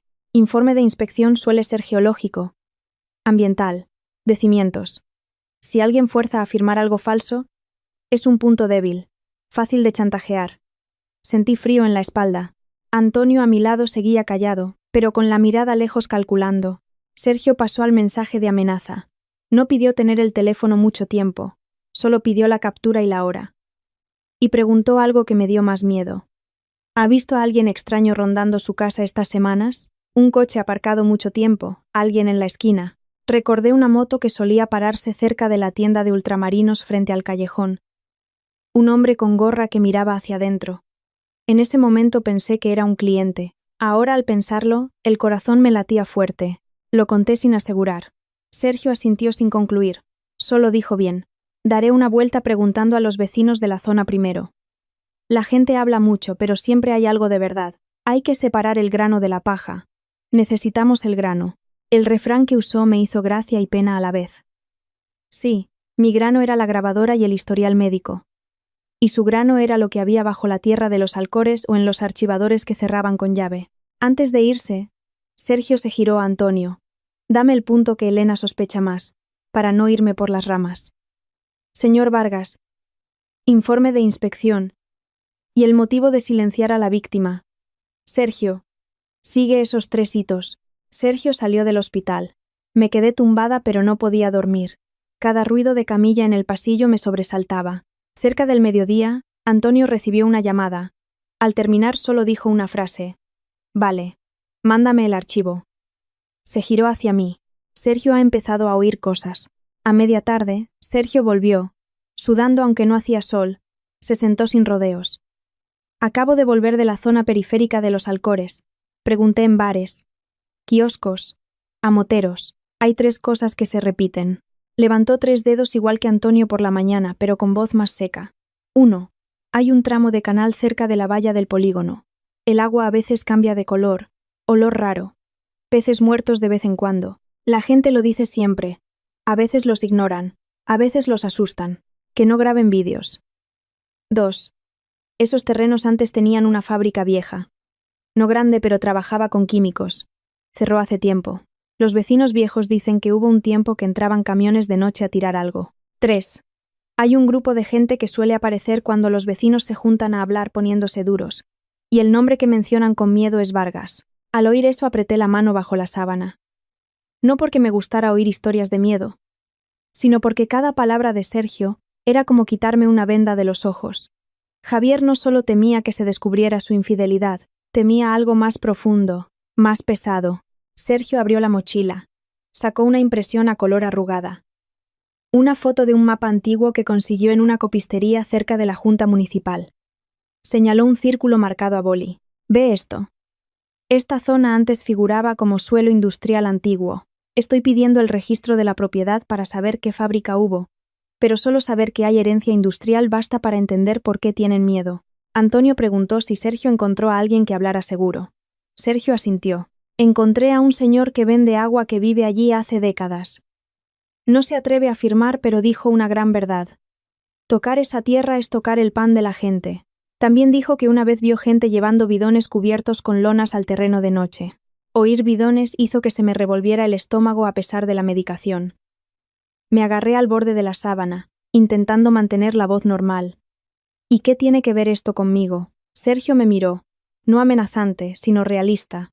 Si usted muere de repente, todas las preguntas sobre Javier se apagan rápido. Y si sigue viva y pregunta a fondo, la considerarán un clavo. A la gente no le gustan los clavos. Le gustan las tapas. Esa frase me hizo estremecer. De repente entendí por qué el mensaje extraño apuntaba a la palabra escarbar. No temían que les quitara el marido, temían que arrastrara la luz hacia donde estaban enterrando cosas. Antonio se enderezó. Voz fría. Sergio, siguiente paso. Sergio respondió. Necesito documentos. No solo habladurías. Pediré el registro de suelos. Buscaré artículos viejos. Buscaré gente que trabajara en la fábrica vieja o participara en la inspección. Señora Elena, usted guarde fuerzas. No necesita correr conmigo. Solo necesita vivir y mantener su declaración. Asentí. Por primera vez desde que desperté en el hospital, sentí que no estaba sola, en medio de un grupo de gente que quería taparlo todo. Todavía tenía miedo, pero el miedo tenía forma, nombre y camino. Y cuando el miedo tiene camino, tienes oportunidad de bloquearlo. Cerré los ojos, respirando lento. Fuera de la ventana, el cielo seguía gris, pero la lluvia había parado del todo. En mi interior también. Seguía pesado, pero ya no estaba nublado. Esa noche, el hospital estaba menos ruidoso. El pasillo solo tenía el sonido de las zapatillas de las enfermeras de vez en cuando. El ventilador de techo giraba constante. Pensé que dormiría. pero al cerrar los ojos veía la luz azul del coche, la mirada fría de Javier, y la frase que no quede viva como escrita con carbón en mi mente. Antonio se quedó hasta tarde. Antes de irse, me dijo que si había algo raro llamara ya. Nada más dejar el teléfono, vibró. No era un número raro, era Lucía. Miré el nombre Lucía en la pantalla y me sentí cansada de repente. Cansada porque no sabía si llamaba para preguntar de verdad o para sondear. Como siempre oigo, porque en la cultura de mi familia, callar a veces se toma como insolencia. La voz de Lucía sollozaba. Cuñada, ¿ya duermes? Estoy muy preocupada. ¿Podemos no hacer esto grande? Me callé un momento. ¿Quieres que no lo haga grande o que no diga la verdad? Lucía se atragantó. No, no defiendo a mi hermano. Pero ahora la policía pregunta una y otra vez. Mi madre no come ni duerme. A Paco también lo han llamado a declarar. Apreté el teléfono. ¿Llamado a declarar por qué? Antes de que pudiera preguntar, Lucía se le escapó como quien habla de más. Preguntan si Paco recibió algún dinero de alguien en la obra. Ay, cuñada, nuestra familia es honrada. ¿Por qué pasa esto? Al oír eso, sentí frío por dentro. Así que el hilo que mencionó Antonio había tocado a la familia política de verdad. Dicen que si te manchas de barro lo lavas. Pero hay barro que deja mancha. Por mucho que laves queda. No grité, solo pregunté despacio. Lucía, di claro qué dinero recibió Paco. Al otro lado hubo silencio, y Lucía dijo bajito, como temiendo que las paredes oyeran. No sé, solo oí a mamá gritar. Dijo que antes Paco recibió una gratificación a través de un intermediario por gestionar vehículos y papeles para el equipo de obra. No es mucho, pero ahora preguntan. ¿Y mamá? Está asustada. Cerré los ojos. Eso de no es mucho. A veces es el anzuelo. Solo necesitan un anzuelo para sacar todo el pez. Dije una frase muy calmada. Yo no hago que la policía pregunte, ni invento historias para que pregunten. Casi me muero. Tengo que decirlo. Lucía lloró más fuerte. Pero cuñada, mamá dice que si sigues adelante toda la familia se hunde. La gente dirá que eres mala. Solté una risa seca. Mala la que fue envenenada. Respondí. Prueba a tumbarte en la cama del hospital. Entenderás quién es malo. Colgué. El corazón me latía fuerte, pero la mente estaba más clara. Entendí por qué la familia política venía de día al hospital a calmar las cosas. Porque temían no solo que Javier cayera, sino que arrastrara a Paco, arrastrando la fama de familia decente que construyeron años. A la mañana siguiente, Antonio llegó pronto. Nada más sentarse habló claro sin rodeos. Paco está metido en una mordida a través de intermediarios en la obra. No es dinero para hacerse rico, pero basta para que lo cojan del cuello. Esta es la razón por la que tu familia política tiene pánico. Y se vuelve contra ti para que retires la denuncia. Pregunté si entonces presionaron a Javier para hacer eso por lo de Paco. Antonio negó. No solo eso.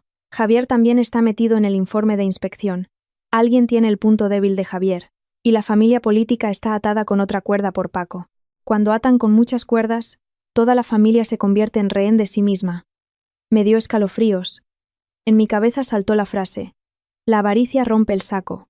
No solo rompe el bolsillo, rompe la salida. Al mediodía apareció doña Carmen. Esta vez sola. Sin tía Rosa ni Lucía. Iba vestida de oscuro, pelo recogido, cara ya no llorosa. Entró, me miró un rato y dijo con voz suave pero imperativa. Elena, hablo contigo como madre e hija. Me incorporé apoyándome en las manos sin evitarla. Sí. Acercó la silla. ¿Qué quieres para estar contenta? ¿Quieres que Javier vaya a la cárcel para quedarte a gusto? La miré despacio. Mamá, quiero vivir. Javier puso veneno en la sopa. Es la verdad. Doña Carmen apretó los labios, ojos rojos pero sin lágrimas. ¿Sabes que haciendo esto la familia queda marcada? Los parientes miran.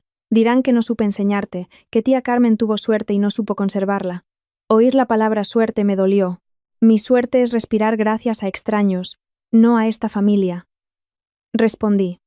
Si la suerte se cambia por la vida de la nuera, prefiero no tenerla. Doña Carmen se golpeó suavemente el muslo, bajando la voz revelando impaciencia. No seas dura, Javier fue tonto. Haré que se arrodille a pedirte perdón. Ayúdale, considéralo una obra de caridad. Un paso atrás son dos adelante. Levanté la vista. Ese paso atrás ¿a quién beneficia? Doña Carmen se atragantó.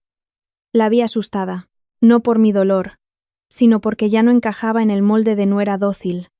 Cambió de táctica. Voz temblorosa. Ya lo has hecho grande. La policía saca de todo. Puedes soportarlo. ¿Crees que ganas? Tendrás mala fama toda la vida. La miré fijo y dije bajito pero firme. La fama se la lleva el viento, la vida no. Justo en ese momento, la puerta se abrió de golpe. Entró tía Rosa como un viento caliente, seguida de Lucía y Paco. Paco pálido, ojos moviéndose. Lucía al verme sollozó. Cuñada. Tía Rosa sin saludar fue al grano. Sobrina, te digo una cosa clara. En esta casa nadie quiere que te mueras. No por un enfado empujes a toda la familia al hoyo. ¡Qué vergüenza! Piénsalo bien. Aún no había respondido cuando Paco se metió. Voz urgente. Elena. No tenses más la cuerda. Si mi cuñado se equivocó, que pague él. Si metes la obra por medio, nos preguntan a nosotros. Nosotros tenemos negocios. Miré a Paco despacio. Tú temes perder el negocio. Yo casi pierdo la vida. Paco se calló. Lucía me tiró de la mano suplicando. Cuñada. Si me quieres, retira la denuncia. Mi madre está del corazón y no aguanta. Doña Carmen aprovechó la frase, llevándose la mano al pecho actuando a tiempo. No digo que actuara bien o mal. Solo vi que la enfermedad del corazón aparecía justo cuando necesitaban presionarme. Tía Rosa empezó a levantar la voz como en consejo de familia. Eres la nuera. Tienes que saber estar. El dinero de la indemnización. ¿Para qué lo guardas y sufres? Dáselo a tu suegra y paz. Una mujer con mucho dinero se vuelve loca. Me reí, esta vez de verdad, aunque amargamente. Miré a la tía. Usted menciona el dinero mientras estoy ingresada. ¿Se preocupa por mí o por el dinero? Tía Rosa se puso roja e iba a gritar cuando entró Carlos. Carlos no habló mucho. Se puso junto a la puerta. Miró a todos y dijo una frase clara. Tía. Tía Carmen. No presionéis más. El que la hace la paga. Elena no tiene obligación de morir para que mantengamos la cara. El ambiente se congeló. Doña Carmen se giró hacia Carlos. Carlos, ¿qué dices? ¿Te pones del lado de los de fuera? Carlos respondió. Grave. Elena es de la familia, pero la tratamos como a una extraña. Ya basta de hablar así. Paco se mordió el labio, ojos llenos de rabia. Lucía lloró más fuerte para tapar el sonido. Tía Rosa dijo brusca. Bien, a ver quién gana y quién pierde. Les miré y vi claro una cosa. Cuando no pueden usar la moralina, usan la amenaza. Igual que Javier, cuando no consiguió el dinero con palabras, usó veneno. Salieron enfadados. Doña Carmen se giró a mirarme como a una traidora. No evité esa mirada. Solo sentí tristeza. Tristeza por ese tipo de familia que usa el honor como armadura, pero está vacía por dentro. Menos de una hora después, mi teléfono vibró. Era Javier. El corazón me latía fuerte, pero rechacé la llamada. Al instante llegó un mensaje. Elena, déjame verte. Te digo la verdad. Lo siento. Lo que quieras. Lo acepto. Solo una vez. Miré la frase lo que quieras lo acepto, y me estremecí. Quien se atrevió a poner veneno ahora dice que acepta. ¿Acepta qué? No contesté. Reenvié el mensaje a Antonio. Antonio llamó de vuelta tajante. No lo veas sola. No lo veas en sitio cerrado. Si necesita hablar, que lo haga con la investigación. Recuerda amar al prójimo como a ti mismo, pero amar así es dañarte a ti misma. Dije. Vale. Colgué y me quedé en silencio. Fuera de la ventana clareaba un poco. El sol pálido daba en las bugambillas del patio del hospital. De una belleza tranquila. Miré el sol y sentí que mi corazón también aprendía a estar tranquilo. No tranquilo para aguantar, sino tranquilo para no caer en la trampa de la cita privada de quien intentó matarme. Me dieron el alta un día antes de lo previsto, no porque estuviera curada del todo, sino porque Antonio dijo una frase muy práctica. Quedarse en el hospital es seguro, pero no podemos estar siempre en la habitación blanca esperando que se delaten solos. Escuché y asentí. Desde que casi muero, entendí que hay tormentas que no esperan a que te cures para llegar. Antonio me organizó ir a casa de una tía materna, en otro barrio discreto. Me dijo que cambiara de ruta, no publicara nada en redes, no aceptara citas. Incluso Carlos venía conmigo, silencioso como una sombra guardando la puerta. Sentí pena por él, el que está en medio de la familia, y lo correcto. Un paso en falso, y los parientes lo destrozan. Pero Carlos se mantuvo en lo correcto. Sergio llamó a Antonio por la mañana, voz concisa. Tengo información de que Javier verá a Vargas esta noche en la zona de almacenes detrás de las naves de chapa cerca de la puerta trasera. ¿Rumor? Puede ser. He oído hablar. La forma de hablar de Sergio me dio escalofríos. Antonio no respondió con entusiasmo. Preguntó enseguida si la fuente era contrastable, si había descripción del lugar, hora, señal. Sergio respondió claro. Sobre las 20:30. Vargas va en una pick-up oscura. Javier en moto o le recogen. La señal es que Vargas llamará a Javier para hablar de la inspección. Oír inspección. Me secó la garganta. Antonio me miró, voz baja. Solo puedes ir si haces una cosa bien. Mantener la calma y hacer de testigo auditivo. No salir, no enfrentarte. Asentí. En mi cabeza resonaba el dicho de ser listo con los de fuera, pero hoy tenía que ser lista con mi propia temeridad. No fuimos por libre. Antonio había coordinado con las autoridades según la denuncia, así que cada paso tenía a alguien al tanto. No vi ostentación, ni sirenas, ni luces, ni uniformes. Solo coches normales, hombres que hablaban poco y miraban mucho. Me dieron un sitio sentado y me advirtieron. Solo oír, solo mirar, ni un ruido. Desde el centro hacia las afueras de los Alcores, el camino se oscurecía. A los lados había campos abandonados, hierba alta, algunas casas de trabajadores. El olor a tierra tras la lluvia mezclado con humo de coche me recordó al camino de aquella noche. Recordando el momento en que Javier apagó las luces, me pellizqué el muslo para mantenerme despierta. No me permití el pánico. El coche paró en un descampado oculto tras las naves. A lo lejos se veía la valla del polígono. A veces una luz de sodio amarillenta iluminaba el suelo irregular. Sergio señaló. Allí. Habló bajo y calló. Esperamos. Esperar en la noche no da tanto miedo como esperar en el corazón. Oía los grillos, el viento en la chapa chirriando como uñas en una lata. Cada vez que pasaba una luz de coche por la carretera, el corazón me daba un salto. A la hora que dijo Sergio, una pick-up oscura entró despacio. Los faros barrieron la hierba, unas de luz, y se apagaron. La puerta se abrió. Bajó un hombre primero, robusto, paso decidido. No le vi bien la cara, solo la postura de mirar alrededor como quien manda. Minutos después, apareció una sombra desde el camino pequeño, andando rápido, cabeza gacha. Reconocí la figura de Javier aunque fuera una sombra. Se paró frente al hombre, no muy lejos, suficiente para oír si el viento no iba en contra. La voz del otro hombre sonó primero grave y regular. El informe de inspección que firmaste lo tengo yo. ¿Te crees que te retiras y ya está? Me quedé rígida. Antonio a mi lado. Puso la mano suavemente en el respaldo, como recordándome respirar. Javier respondió con voz más baja. Ronca. Señor Vargas, esto es demasiado. Ella no ha muerto. La policía está entrando. No aguanto más.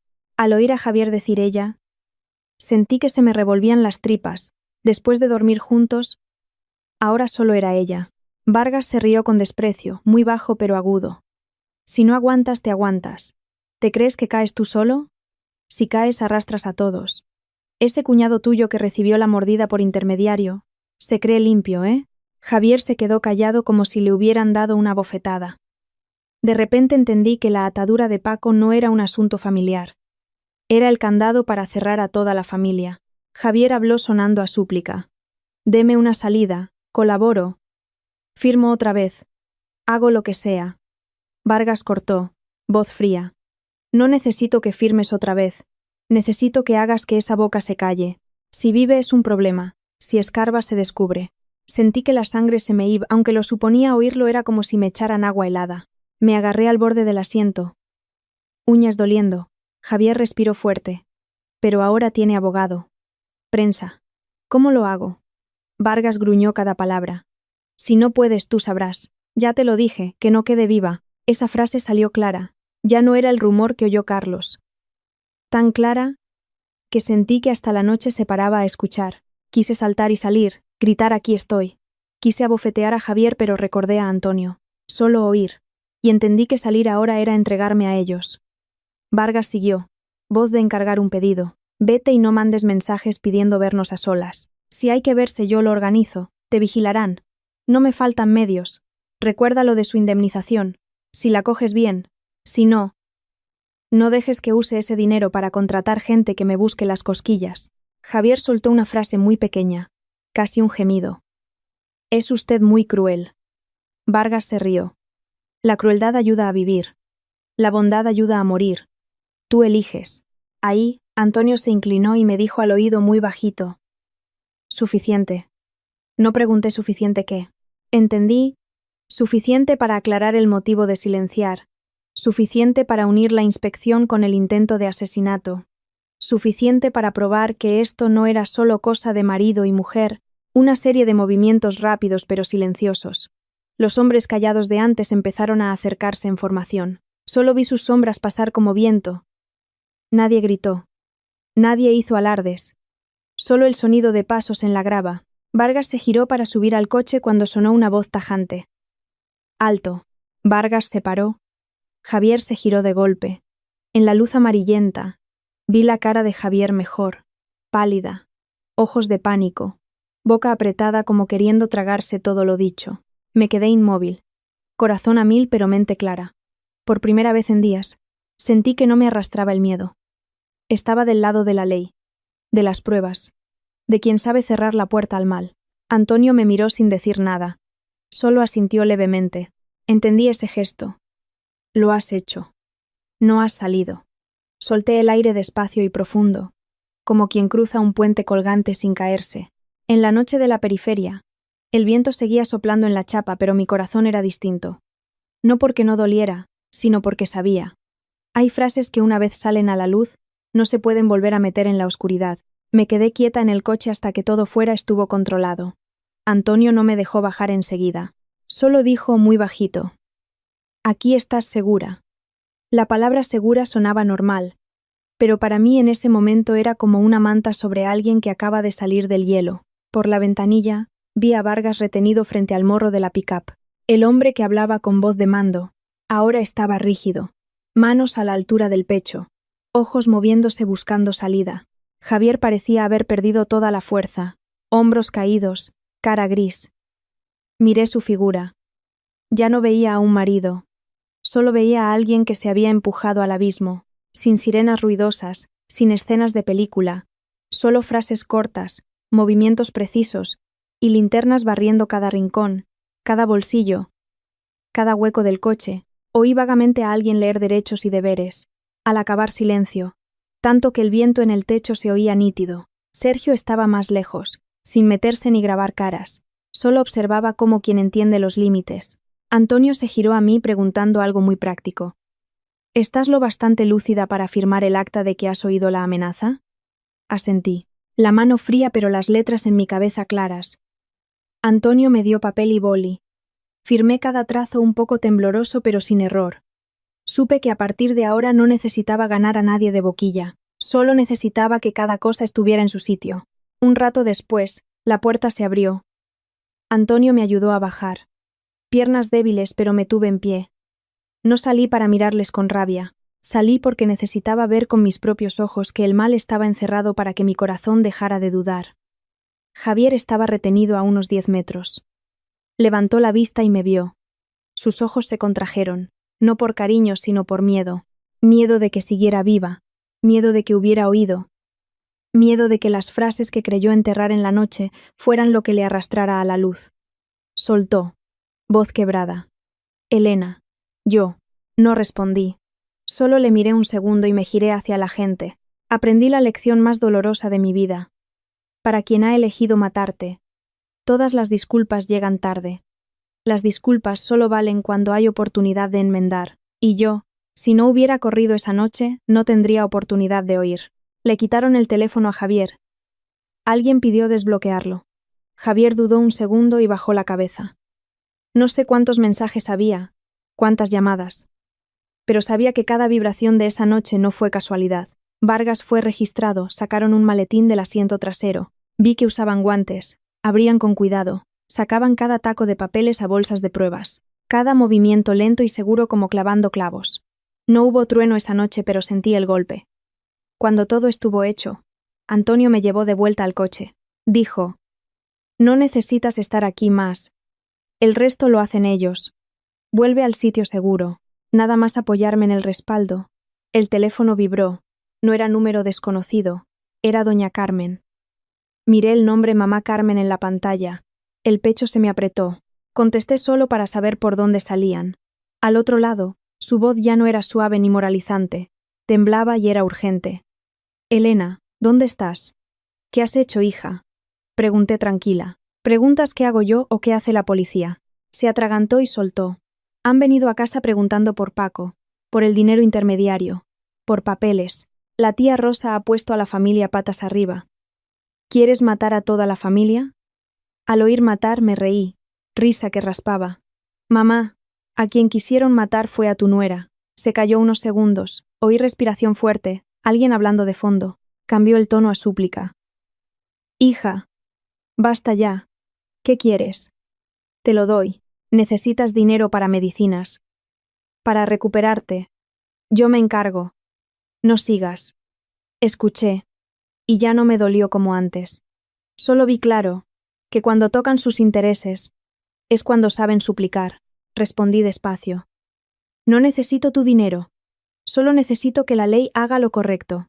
Doña Carmen gruñó, revelando la cara que escondía. No te apoyes en el abogado para hacer locuras. ¿Crees que ganas? En la vida nos encontraremos. La corté, voz baja pero firme. Prefiero no encontrarnos. Mejor que encontrarnos en mi funeral. Colgué. Corazón a mil, pero esta vez no de miedo. Era el latido de quien acaba de cortar la última cuerda de la soga aunque el cuello escueza. Menos de 10 minutos después, Lucía llamó llorando a hípidos. Cuñada. ¿Se han llevado a mi hermano? Mamá se ha desmayado. No la reñí. Solo dije una frase. Lucía. Casi muero.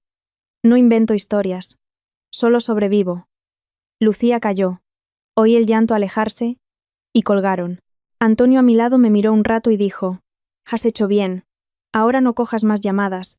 Déjales que hablen. No eres el cubo de basura de sus emociones. El coche pasó por tramos oscuros. La luz de las farolas caía en el cristal. Miré fuera. Vi las casas de los trabajadores, algún bar abierto. La gente vivía, comía, reía como si esta noche no hubiera pasado nada. Entendí que el mal no suele hacer ruido. Está en la cena, en la pregunta de cómo van los papeles, en el consejo de lavar los trapos en casa, hasta que se quita la máscara. Al llegar al sitio seguro, me senté. Las manos empezaron a temblarme de nuevo. Antonio me dio un vaso de agua tibia. Dijo bajito: Esta noche duerme. Mañana seguimos el procedimiento. No hay prisa, porque ahora los que tienen prisa son ellos. Cogí el vaso. El calor pasó a la palma. Recordé el dicho de quien siembra vientos recoge tempestades. Antes sonaba lejano. Hoy veía que llegaba. No rápido como el fuego, pero seguro como el agua calando la tierra. Cala hasta que la tierra cambia de color. Los días siguientes pasaron como un hilo tensado. No se rompía, pero chirriaba dentro. Seguía débil. Medicina a su hora. Pero Antonio no me dejó hundirme en ser víctima. Me dijo que cuanto más clara fuera, más difícil sería para ellos. Así que aprendí a vivir con la libreta, apuntando cada cosa, manteniendo la calma como manteniendo el aire. Las noticias sobre los Alcores empezaron a sonar. No titulares grandes, sino filtraciones de las reuniones que se extendían por el boca a boca. Se dice, pero esta vez se dice con informes, con actas, con gente midiendo el agua. Ver eso me hizo sentir que recoger tempestades no es una amenaza, es una ley. Sergio llamó a Antonio. Antonio me lo dijo. Su voz seguía igual sin regodearse. Hay decisión de inspección total de la zona sospechosa, algunas partes paralizadas. Toman muestras de tierra y agua. Pregunté muy bajito. ¿Han encontrado algo? Antonio no respondió tajante. Solo dijo lo justo. Hay indicios de anomalía. La conclusión final espera a los técnicos.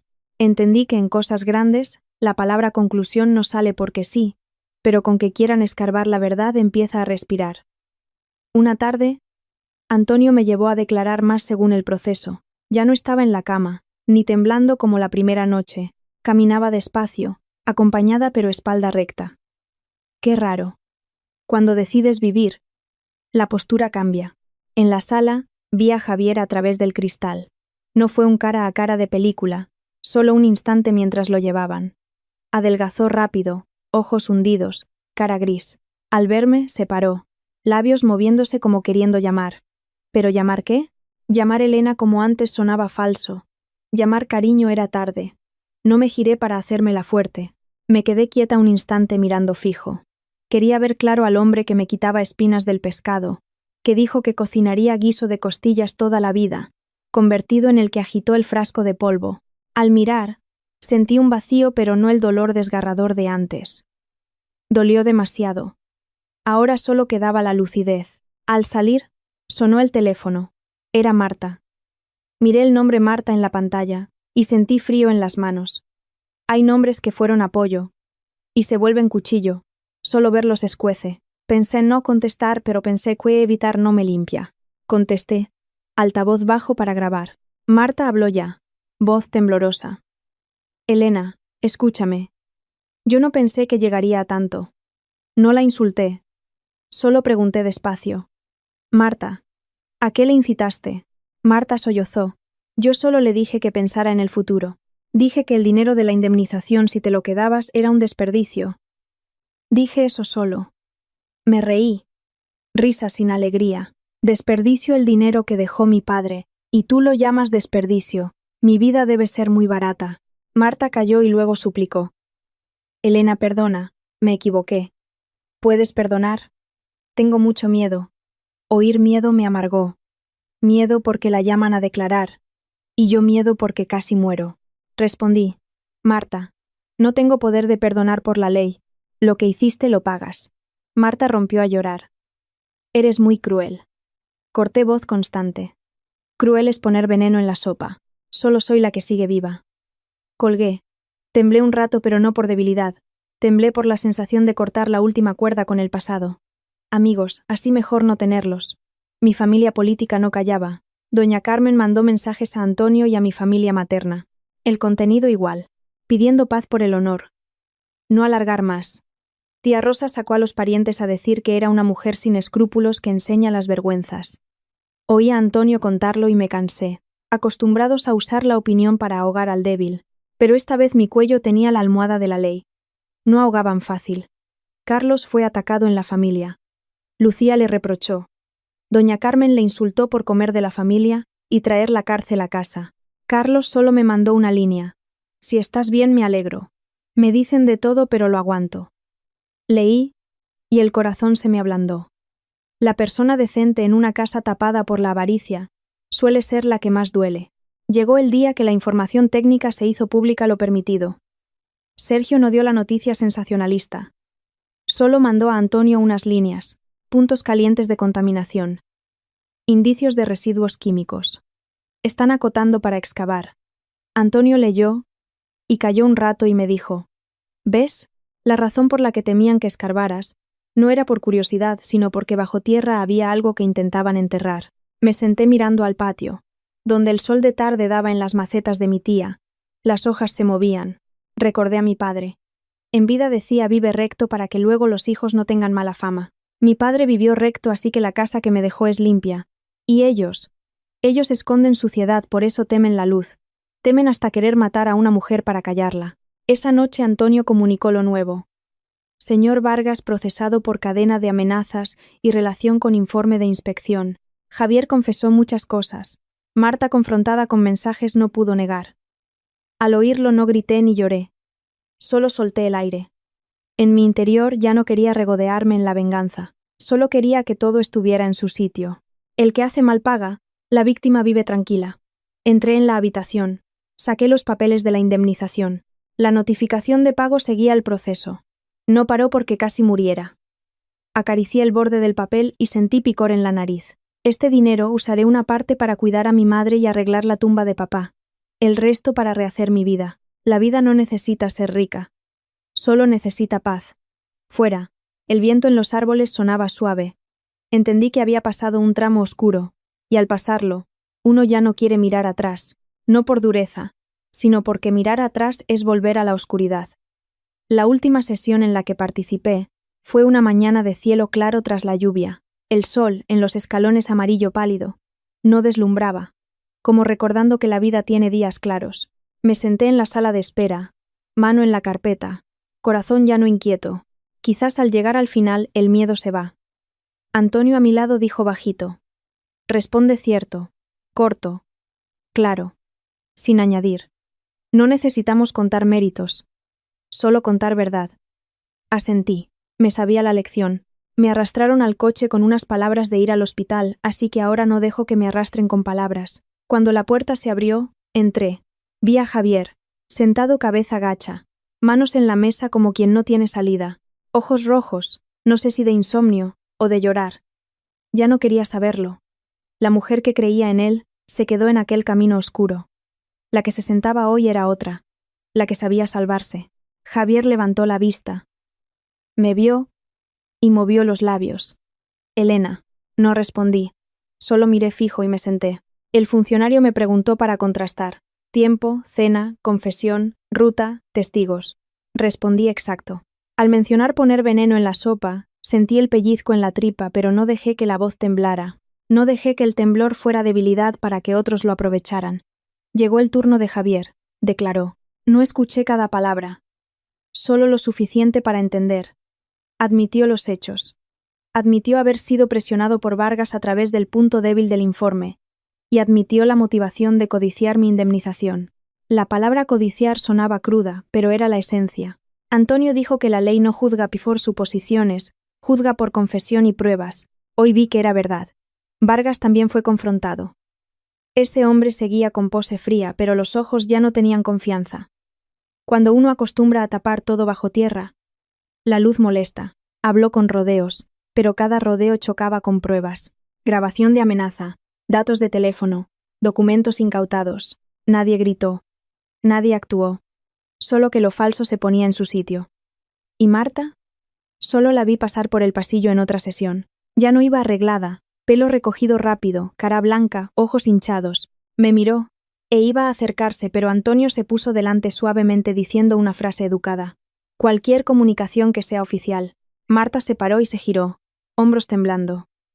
No sentí pena. Sentí vacío. Traicionas por dinero. Y ese vacío es el precio que eliges. Mi familia política seguía intentando la vía emocional. Doña Carmen pidió verme. Llamó a mi tía. Escribió a Antonio. Una vez pidió a Lucía que me dijera. Mamá te pide una frase, te lo suplico. Oír suplico me dolió, pero recordé cuando estaba en la cama. Ella dijo que no lo hiciera grande cuando necesitaba salvarme, no cuando quería salvar a la nuera. Acepté ver a doña Carmen una vez, pero en sitio público, con Antonio, no para arreglar, para terminar claro. Doña Carmen se sentó frente a mí en una cafetería cerca de casa de mi tía. Estaba delgada, cara gris, ojeras. Nada más verme lloró. Elena, me equivoqué. No sabía que fuera tan tonto. Te quiero. Soy vieja ya. La miré despacio. Mamá, no es que no supieras, es que elegiste la paz para ti antes que la vida para mí. Abrió la boca como si se atragantara. Seguí, voz tranquila. No te odio hasta querer que mueras, solo quiero que entiendas. Obligar a la víctima a callar es empujarla otra vez al pozo. Doña Carmen se atragantó. Lucía al lado lloraba. Paco no se atrevió a venir. Tía Rosa tampoco. Seguro temía salir y oír lo contrario de lo que dijo. Doña Carmen me cogió la mano temblando. ¿Puedes retirar la denuncia? Te compenso, te pago, te lo pido. Retiré la mano suave pero firme. Mamá, no vendo mi vida, no compro justicia con dinero. Javier hizo lo que hizo y lo paga. Ella rompió a llorar fuerte y dijo la última frase llena de orgullo herido. Entonces decides ser cruel. Miré fijo. Decido ser cruel con el mal. El cariño lo cortasteis antes de que pudiera guardarlo. Dicho esto me levanté. No por altivez, sino para acabar. Antonio pagó y nos fuimos. De camino sentí el corazón un poco más ligero, como quien suelta un saco de arroz que ha cargado 5 años. Semanas después, el proceso terminó. Javier pagó por intento de asesinato. Vargas procesado por amenazas, encubrimiento, manipulación y delitos de obra. Marta responsable por incitación y lucro. Mi familia política fue golpeada donde más les dolía. La policía investigó la mordida de Paco, haciendo que no pudieran levantar la cabeza para dar lecciones. Y yo, recibí la indemnización según papeles. A mi nombre. 150.000 euros no me hicieron rica, pero me devolvieron algo importante. El derecho a tener lo que dejó mi padre y el derecho a vivir sin pedir permiso. Usé una parte para mi madre y la tumba de papá, el resto al banco con disciplina. No compré para vengarme de la vida, solo compré paz. Quien casi muere entiende lo que vale la paz. Una vez Carlos me escribió: si estás bien, me alegro. Me dicen de todo pero aguanto. Respondí: hiciste lo correcto. En la vida, lo correcto a veces es solitario pero lo incorrecto se paga. Carlos solo respondió: sí, una palabra pero pesaba como una promesa. Y hasta aquí, mando a los amigos una pequeña lección que saqué con mi propia vida.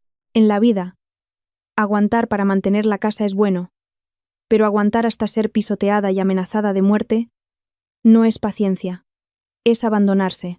No dejen que por el honor crezca el mal en casa, porque cuando crece se come hasta el bueno. Si sienten que esta historia les toca, por favor denle like al canal Historias del Corazón ESP, para darnos fuerza para contar historias que hacen pensar. Si tienen comentarios, déjenlos abajo.